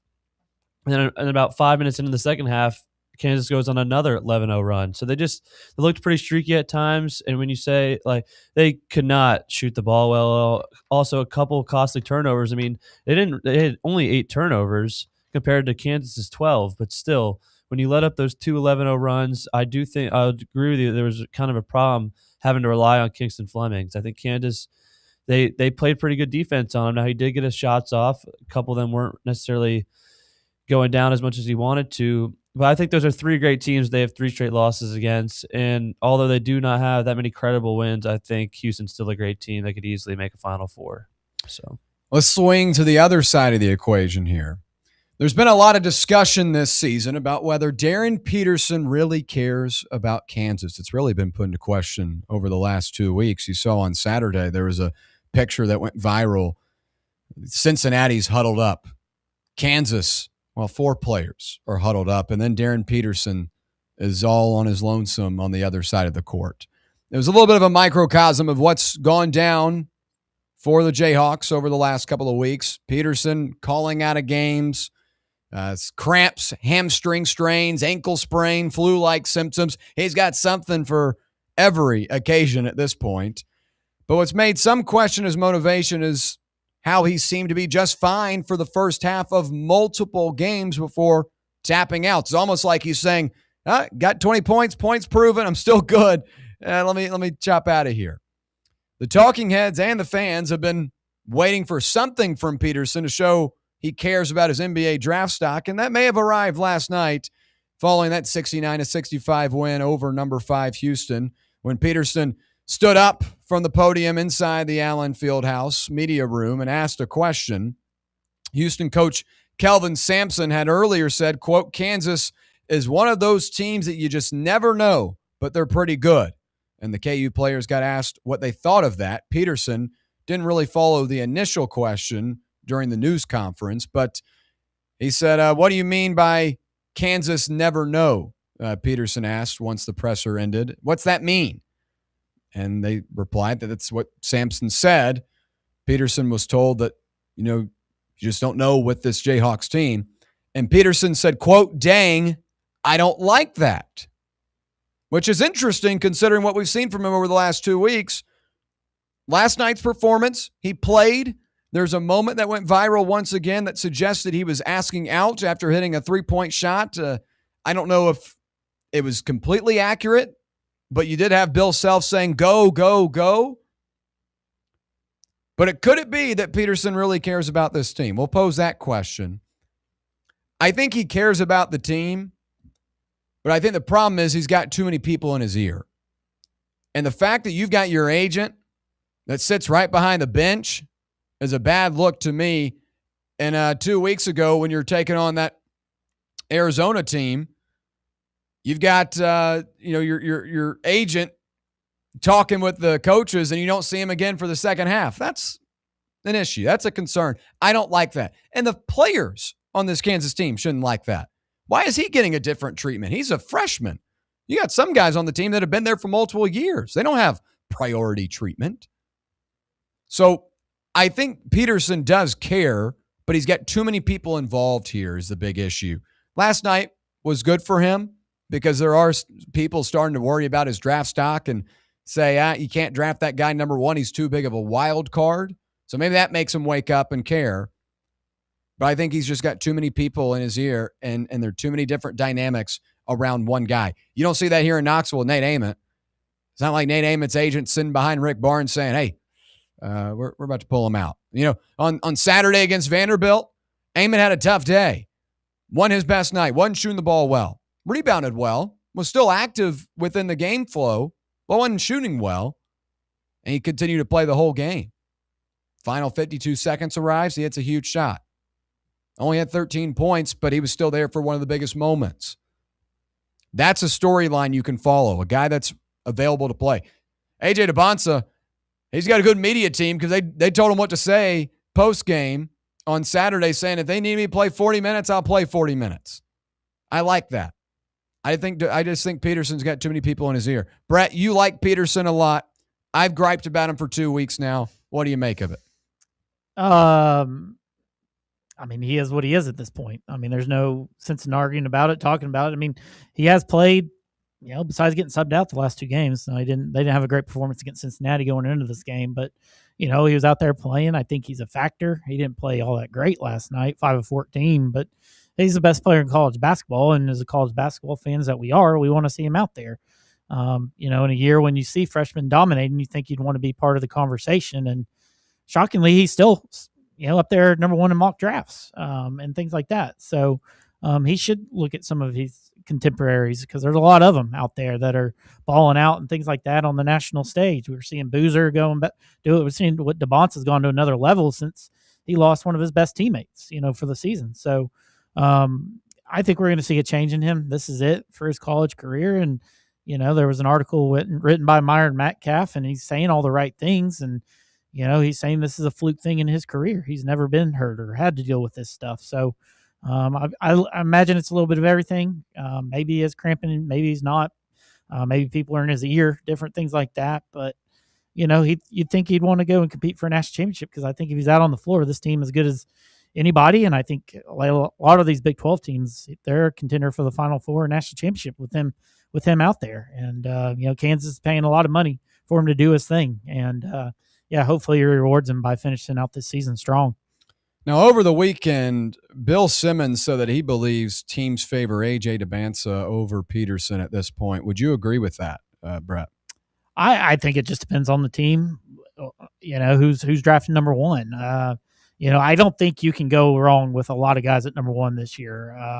I think it's that top heavy. Darius Acuff's been mentioned as a top guard being picked now, but the way DeBonce is playing, 30 plus points over his last 6 or 7 games, he's been unbelievable against a brutal schedule and things like that. He's doing everything he can to get this team into March and playing at a high level.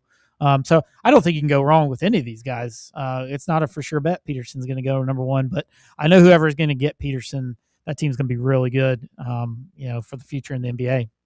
Here's my thing with Peterson.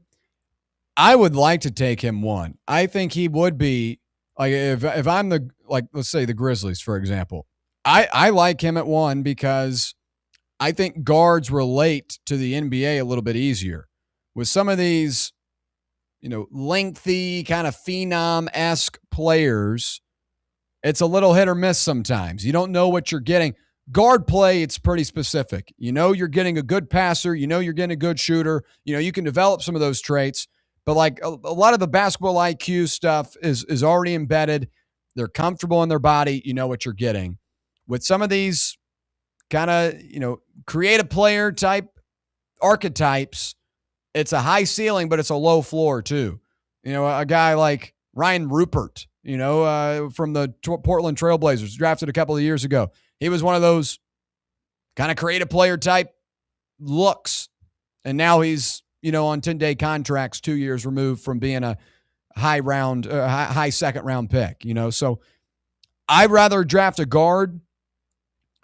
I would take Peterson in terms of the NBA over DeBonsa because I think I know what I get with him. I think DeBonsa has the opportunity to be really, really good, but I think there's a better hit rate with a guy like Peterson. I just don't know if DeBonsa can shoot it as well. Like he's not a 3-point shooter. And in today's game, those are looked at. Mhm. And I think Peterson's a better defender, on-ball defender than DeBonsa, Mhm.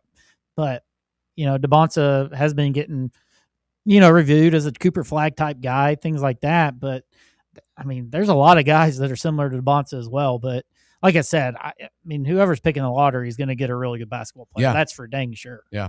So you can go way down. I haven't seen a draft like this in a long time, if ever.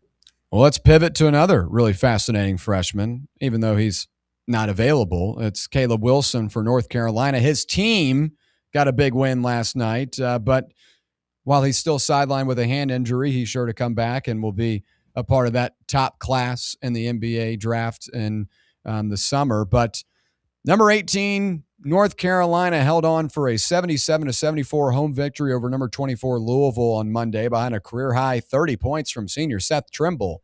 The hero of UNC's upset over Duke a couple of weeks back turned in another strong performance last night against the Cardinals, another common opponent for the Volunteers, one of the better wins for Tennessee this season. They matched up in December, and that was the ACC-SEC Challenge. Tennessee got a comfortable win there.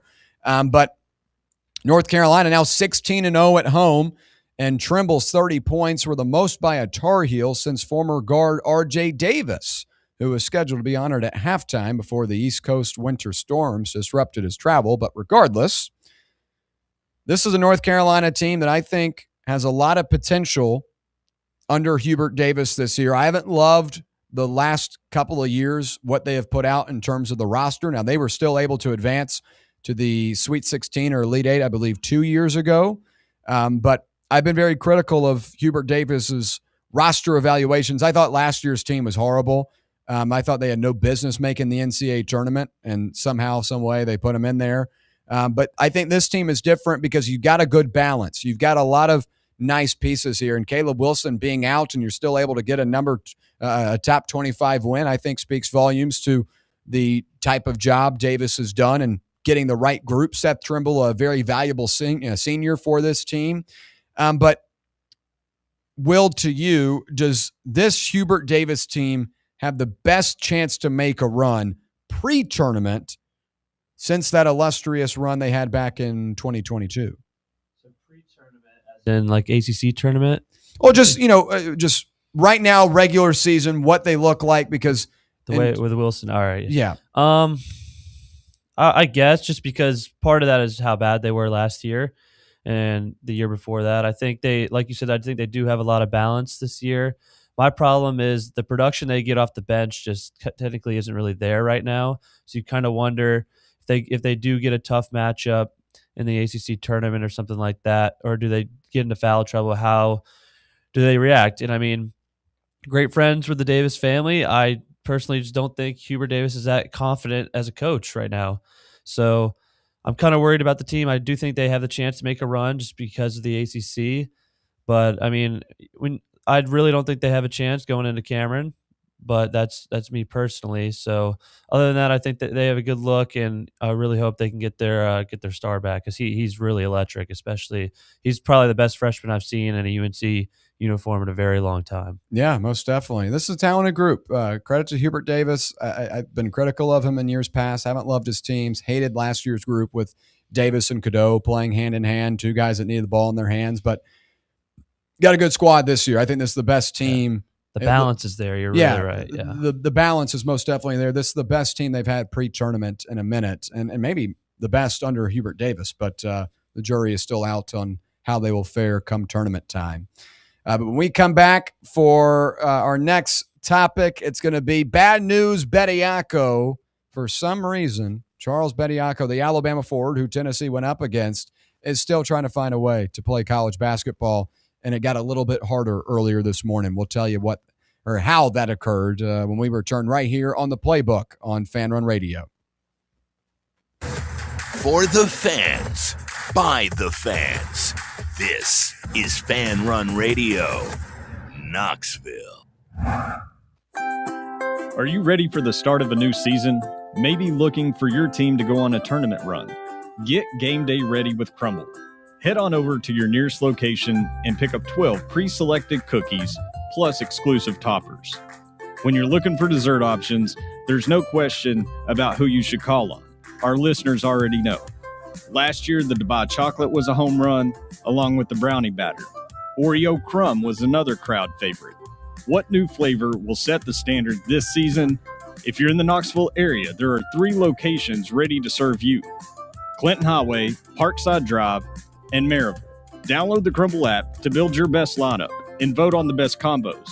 You can even put your bid in to request a new flavor. Order in the app and slide on over to your nearest location. Tell them Fan Run sent you, and as always, it's for the fans, by the fans. Don't miss the cookies. White Claw is taking hard seltzer to new heights with White Claw Surge. At 8% alcohol, White Claw Surge is a stronger wave of refreshment that doesn't compromise on taste.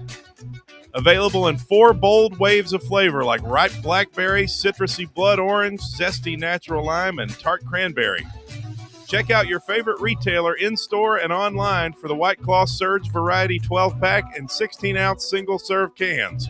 White Claw Surge. Please drink responsibly. Hi, I'm Dr. Jacob Wilco at Knoxville Smiles. Have you ever wanted to improve the look of your smile? We know firsthand what the power of a great smile means to a person's confidence and health. Our team of doctors can provide you with an array of options for helping you achieve your cosmetic goals. From simply moving teeth into a better position, to reversible cosmetic bonding, to full mouth implant-supported dentures. It is our goal to help patients feel good about their appearance while achieving optimal health. Want to learn more? Call us at 865-539-1776 to schedule an evaluation, or visit us online at knoxvillesmiles.com. Running a business, coaching a team, planning your next big event, you need more than just gear. You need SM Athletics and Logo Solutions. Custom uniforms, branded apparel, promotional products, done right, done fast, and built to show off your brand with pride. From local businesses to high schools to major universities, SM Athletics is trusted by winners. Get real service, get real quality, get noticed. SM Athletics and Logo Solutions, where your brand comes to life. Visit smathletics.com and let's build something great together. Fan Run Radio, the flagship station for Tennessee fans. This ain't no wishy-washy, limp-wristed, kale-eating, half-ass sports radio station. We're your in-your-face, truth-telling, say it loud, flag-waving, face-painting, hardcore, bring the noise, causing a ruckus, don't give a damn sports station. Sports talk that doesn't just hang up and listen. For the fans. This is Fan Run Radio. Get some.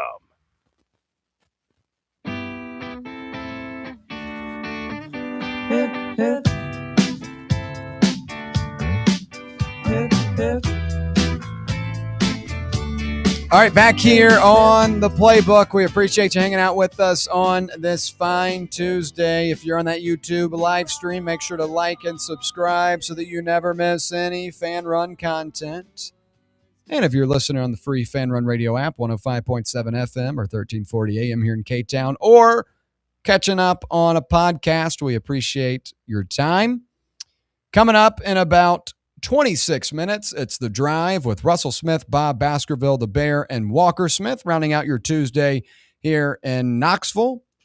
And we'll round out hour number 2 talking about none other than Charles Bediako. Charles Bediako's goals of finishing out his playing career at the University of Alabama received another setback earlier today. Bediako, who had sued the NCAA to come back to Alabama after leaving to go into the NBA back in 2023, had appealed to have his injunction reinstated so he could continue playing college basketball before a judge ultimately denied that injunction. The Canadian-born center had played in 5 games with the Tide, including one against Tennessee. It was his first, and that infamous debut for him. He played well. I will give him credit, but Tennessee ultimately came back and got a signature win on the road. Kind of lit the fire for what we have now come to know of this team, and that's a team that's won 8 out of their last 9 and playing really good basketball. But on Tuesday, a circuit judge, Daniel Pruitt, denied Bediako's appeal, and Bediako's attorneys are now going to turn to the Alabama Supreme Court to try and get this thing going. Should Bediako just hang this thing up? At some point, I don't really get it because he's already been denied multiple times. Everyone in the building knows it's not okay for what he's trying to do. I know like it's his only option right now, so like he's got to do it. Does everyone in the building think that? Well, I would hope so.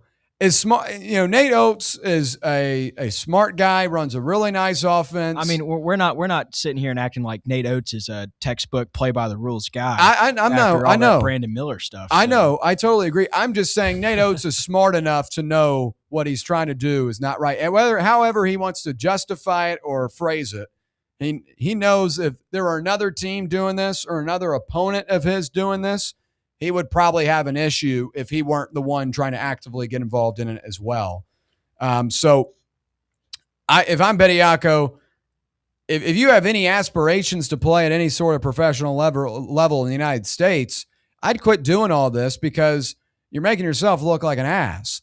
Now, he can go play in Europe, and that's probably his next choice here soon. But if he has any aspirations of continuing to play in the G League or the NBA, if I'm one of these teams, I'm like, hell no.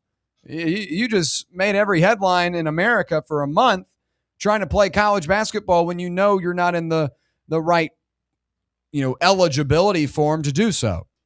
So I'm surprised we're continuing to take this stuff to court. Who's paying for this stuff? Who's paying for these attorneys? Probably some of the money he got from being a, professional basketball player. I mean, because even if he was a G League, I mean, they still make, I want to say a couple $100,000 a year, which, I mean, for an NBA player, that's nothing. But I mean, if you're smart, you can definitely live very well with that kind of money, and you save it for something like this. I kind of applaud him for just going all. I mean, the Alabama Supreme Court is truly your last chance to get to play this year, I imagine, because if you take it to a federal level, they're not going to make time to hear your case before the season's over. Yeah. There are much more pressing issues going on at a federal level. They're not going to make some special. The Supreme Court's not going to specially meet to decide on Charles Bediako. So I would imagine this is truly his last chance.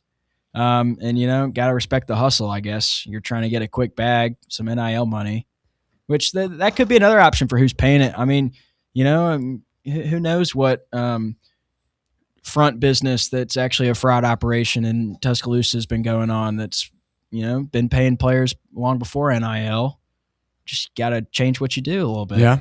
Well, I wonder when it gets to the point where if Nate Oates just kind of says, this is a distraction, let's just get it over with, like kind of just tell him be done with it. If I was a coach, I feel like it'd kind of be a distraction towards the rest of the team. Now, I know that it's not necessarily – I'm sure the team wants him there and that they could use him, but I feel like the way the media is handling and everything like that would be a distraction in my eyes. Yeah, after he didn't, punish an accessory to murder and allowed an accessory to murder to keep playing and all of the negative media surrounded that. I mean, this pales in comparison.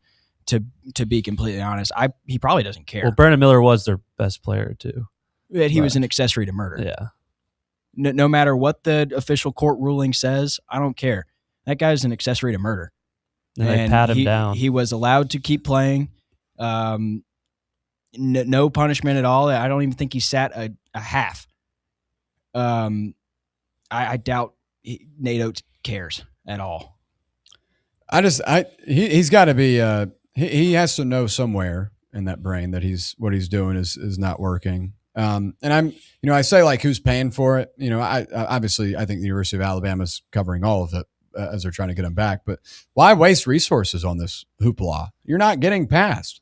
And what does it matter? See, you got 2 weeks left in the regular season. Any ruling is not going to be made until after the season's over. Like if you take it to the Supreme Court in Alabama, you're not. That's 2-3 weeks away. Yeah, I can't imagine getting past. And the time frame necessary to continue playing. Now, what would be funny would be like he gets it right before the tournament and pops right back in for the tournament. But Brett, to you, do you believe Bediako should continue to try his luck here or just pack it up and move back to Motor City? I mean, I don't know. Like, if he's got nothing else going on, then why not keep trying? I mean, he's got his own.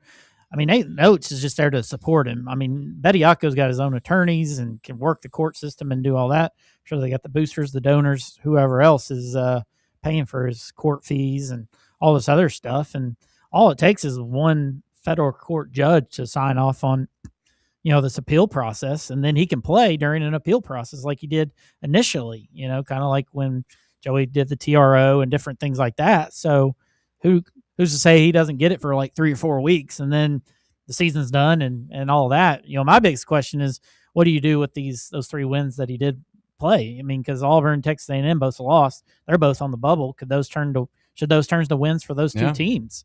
I don't think they will, but it affects a lot of aspects of this college basketball season. But the big story should be about Alabama playing pretty good basketball. I know they're only in a 3-game winning streak since he's left the team, but they seem to be getting things together right in time for March here.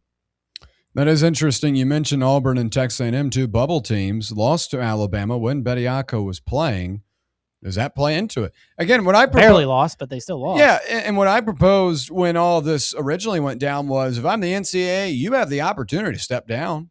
You have the opportunity or put your foot down, I should say, not step down. You have the opportunity to put your foot down. It's your tournament.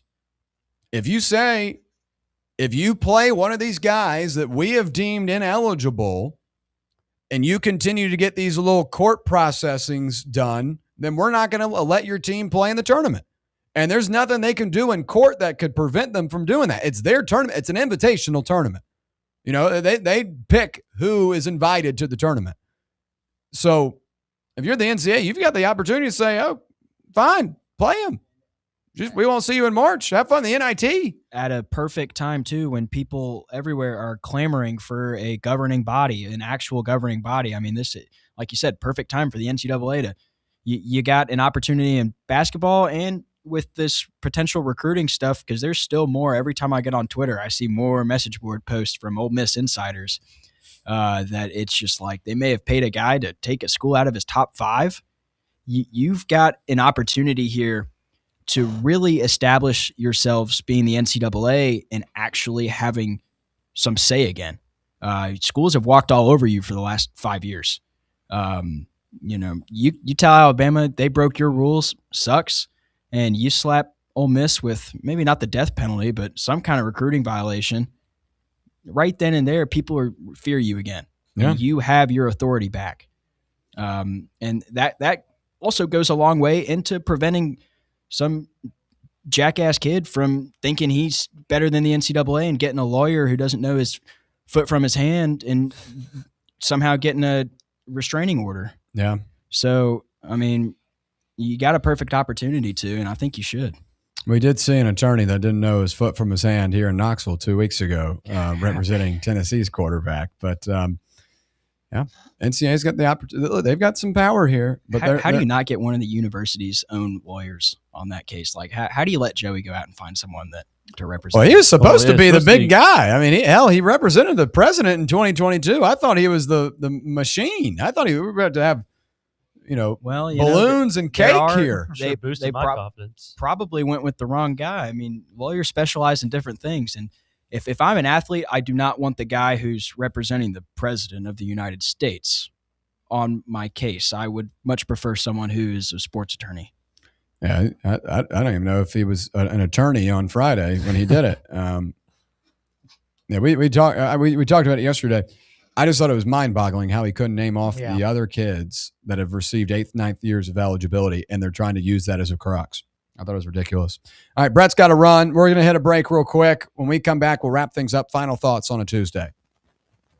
Congratulations. You found sports radio that doesn't suck. This is Fan Run Radio, Knoxville. Hey, Knoxville. Surfside iced tea and vodka made with real brewed tea is only 100 calories, 2 grams of sugar with no bubbles and no troubles. That's right, 0 carbonation, so it's easy to sip and enjoy. Headed to a game day or party at a friend's house? Bring an iced tea or lemonade variety pack from Surfside or try their green tea and new raspberry tea vodka. Find the can with the sunset stripes this season. Surfside iced tea and vodka. Sold at bars, restaurants, and stores near you. Surfside iced tea and vodka. Sunshine in a can. Must be 21 or older. Enjoy responsibly. Citizens National Bank. Life is more fun with a Good Life checking account from Citizens National Bank, offering extra benefits including bank travel. This September, experience the perfect fall getaway on the New England Rails and Sails Tour, or join CNB in October to chase the Northern Lights in Iceland. Get in on the fun by calling 865-429-7935. Citizens National Bank. Banking never felt so good. Member FDIC. Barley's has live music on weekends, general team trivia on Wednesday nights at 8 p.m., and now live sports trivia courtesy of the Knoxville Trivia Guys every Thursday night upstairs. The game starts at 7 p.m. and is free to play for everyone, so head on down to the Old City and show off your sports knowledge and win gift cards to Barley's. Use those gift cards to buy some delicious food and drinks, and you can take it all in with their wide selection of TVs and indoor projectors. Barley's Tap Room and Pizzeria. At Knoxville Insurance Group, they understand the challenges many consumers face when searching for insurance coverage. That's why whether it's for you, your family, or your business, they create a coverage plan specifically for your unique needs. Knoxville Insurance Group is an independent firm, which means they aren't beholden to just one insurance company. They search multiple companies acting as your negotiator to find you the best possible policy and price.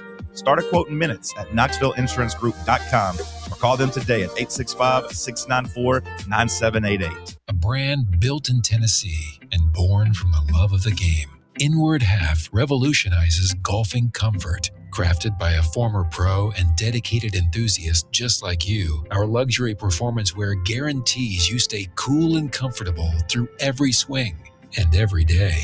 We're not just a brand. We've set out to create a lifestyle for those who understand that impeccable style and premium performance are a hole-in-one. Enjoy the walk-in with Inward Half. We really need to get some branded stuff. Shirts, hats, promo items, something professional. I mean, we could just find a website and order a bunch of it ourselves. You could, but you're taking a big risk. You don't know the quality, the fit, the timeline. It's a roll of the dice. Yeah, I guess. But isn't that how everyone does it now? Not the ones who actually care about how their brand looks. Look, if we're putting our name on it, it needs to be done right. We need SM Athletics. SM Athletics? Yeah, they specialize in working with businesses like ours. Apparel, hats, promo gear, but real, customized stuff. They actually care if it turns out right. Probably a lot better than getting stuck with 100 t-shirts with crooked logos. Exactly. Plus, they'll walk you through everything. Sizing, colors, material, so it matches the image we're trying to build. Makes sense. What's the name again? SM Athletics. Trust me, if you want to look like a real company, not a flea market stand, this is the move. If you're serious about your brand, work with people who are serious about getting it right. SM Athletics.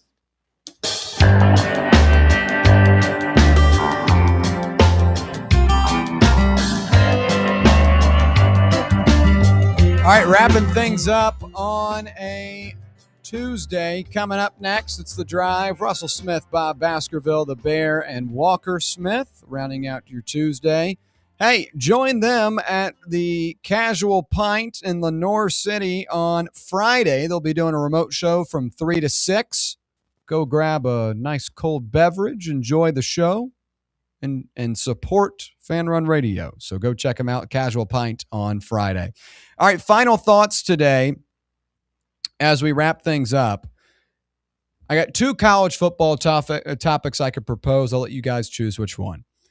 Army, Navy, possibly moving to Thanksgiving weekend, or the Jacoby Lane epidemic where the high school recruit allegedly took his clothes. 2? Jackson votes 2. Will, do you have I would like to hear more about that. Okay. Yeah, I've got strong opinions on this because I saw the former Arkansas player's response. Or I believe it was Arkansas. For Houston? Or yeah, former Houston player's response saying that everybody does it. No. Everybody does not steal. So here's the story. So Jacoby Lane, wide receiver, USC, headed to the NFL draft here in a couple of weeks. Going to be a top wide receiver selection. Posted around 2:50 a.m. early Monday morning a screenshot of a high school recruit's Instagram page and probably 10, 15 pairs of gloves, 3 or 4 pairs of shoes, a lot of gear. Well over $1,000. Oh, I mean, to be honest, regardless of the value of it, I mean, we're talking probably 20, 30, 40 items taken. And Jacoby Lane tweeted out and put the guy on blast, went viral, and there's conflicting stories of how it got to the said player or what, but the kid's a 3-star recruit out of Utah. He's a 2027 athlete. He's 6'4", 170. And I don't know how he got it, but allegedly he stole them. So that's gone viral. That's ridiculous. And the funny thing is that in his most recent 7-on-7 clips or 7-on-7 pictures, do you mind switching the video real quick? You're good. He's wearing the shoes, which is even funnier. He's wearing the shoes that he took. So today, or I guess yesterday, that Houston player, Rogers Sr. is his last name, played at Houston from 2020 to 2022. He quote tweeted Jacoby Lane's blasting and said, "This is, basically paraphrasing here, this is ridiculous. This is not the first guy to ever steal clothes or take clothes on visits and stuff like that," trying to normalize it. And I'm sitting here like, how are we normalizing stealing out of a guy's locker? Yeah. I had a guy, I wasn't friends with this guy, but he was a year older than me when I was in high school. Let's see, this would have been my sophomore year of high school. He started getting a little bit of recruiting buzz. He ended up going NAIA, but he went on visits to a few SEC schools. Like he went to Missouri, Kentucky, and Arkansas, lower tier SEC schools. And he would always come back with drip, and he would wear those on Friday nights. It was sick. I was biggest Tennessee fan in the world, but the fact that this kid had Kentucky gloves and a Kentucky arm sleeve, I thought that was the coolest thing in the world. And I asked him how he got these, and he said he asked a player on his visit, and I've always remembered that. And then it came up when I was doing research on this topic because I was like, there's no way a guy is actually defending someone stealing. Mm-hmm. And a lot of other people kind of shared the same sentiment that if they wanted something, typically you would ask a player, and they would always make sure to deliver because these players get this stuff for free. And so then to say, oh, everybody does it. No, not everybody steals. Yeah. Maybe where you grew up, man, but where I grew up and where a lot of people grew up, stealing wasn't normalized. He's catching a lot of flack for it. He commented on the post. This guy's greedy too. I mean, 3 pairs of cleats, 5 pairs of gloves. Yeah, what do you need 3 pairs of cleats for? And they're cool too. One of them's a Kobe. I imagine. I mean, Jacoby Lane's a big time player. I imagine he got sent some kind of custom cleats. Yeah, as top players do, or he could have had a deal with maybe. What branding is USC? Are they Nike? Yeah, maybe he has a deal with Nike and gets his own custom cleats. I mean, you never know. He could have his custom, what's it called, insoles in there for his feet. Yeah. I mean, these professional athletes, they have specific, so it's way across the line. And he may want it. Yeah. Absolutely. Especially something like custom insoles. Yeah. The Kobe cleats that the kid was wearing are cool. Yeah. They're like the Kobe 6 looking shoes. And I would want those. Yeah. I'm sure he does too. I mean, so the Houston guy, he's facing some flack. He went in the comment section and sent me a paragraph, and he's got probably 40 replies now. But I mean, you can't normalize that. I mean, I don't care how I phrased it. He's the one that tweeted that out. Yeah. Man, it's crazy. He's catching some flack. I'll say that. I would say maybe Jacoby Lane's opinion on the matter would have been a little different if he were a higher rated recruit. Like you get a 5-star wide receiver, for example, top receiver in the class. I doubt Jacoby Lane really cares. But I think the fact this was a lower tier 3-star kid, that maybe he gets to go to USC, but probably won't. Yeah, he had a USC offer though. That's the thing. Okay, well then okay, maybe that's different then. But still, I would be kind of mad. I mean, because Jacoby Lane's a projected first round. I mean, he'll be one of the top wide receivers taken for sure. I would be mad if some bum 3-star kid came in and took all my stuff too. I'd be mad. I'd be mad if curious anyone. to see the kid's closet and if he did it at every other school. That's another thing is, but he's reselling it. Him posting it leads me to believe this was his first time, because if you've done this at several different schools, you're probably not stupid enough to post your haul. Well, it looked like he sent it to Jacoby. or something like. The picture he put out was a DM. We're up against the break, but I don't know. Being a dumb criminal. That's bold, then, dude. That's like those people that will do something that's against the law and then post it on social media for clicks, and it's like, well, you're going to jail when they find you. So. All right, that's going to wrap it up for a Tuesday edition of the Playbook. We appreciate you hanging out with us. For Will Palumbo, Jackson Freeman, and Brett Hodlander, I'm William Patterson. Coming up next, it's The Drive.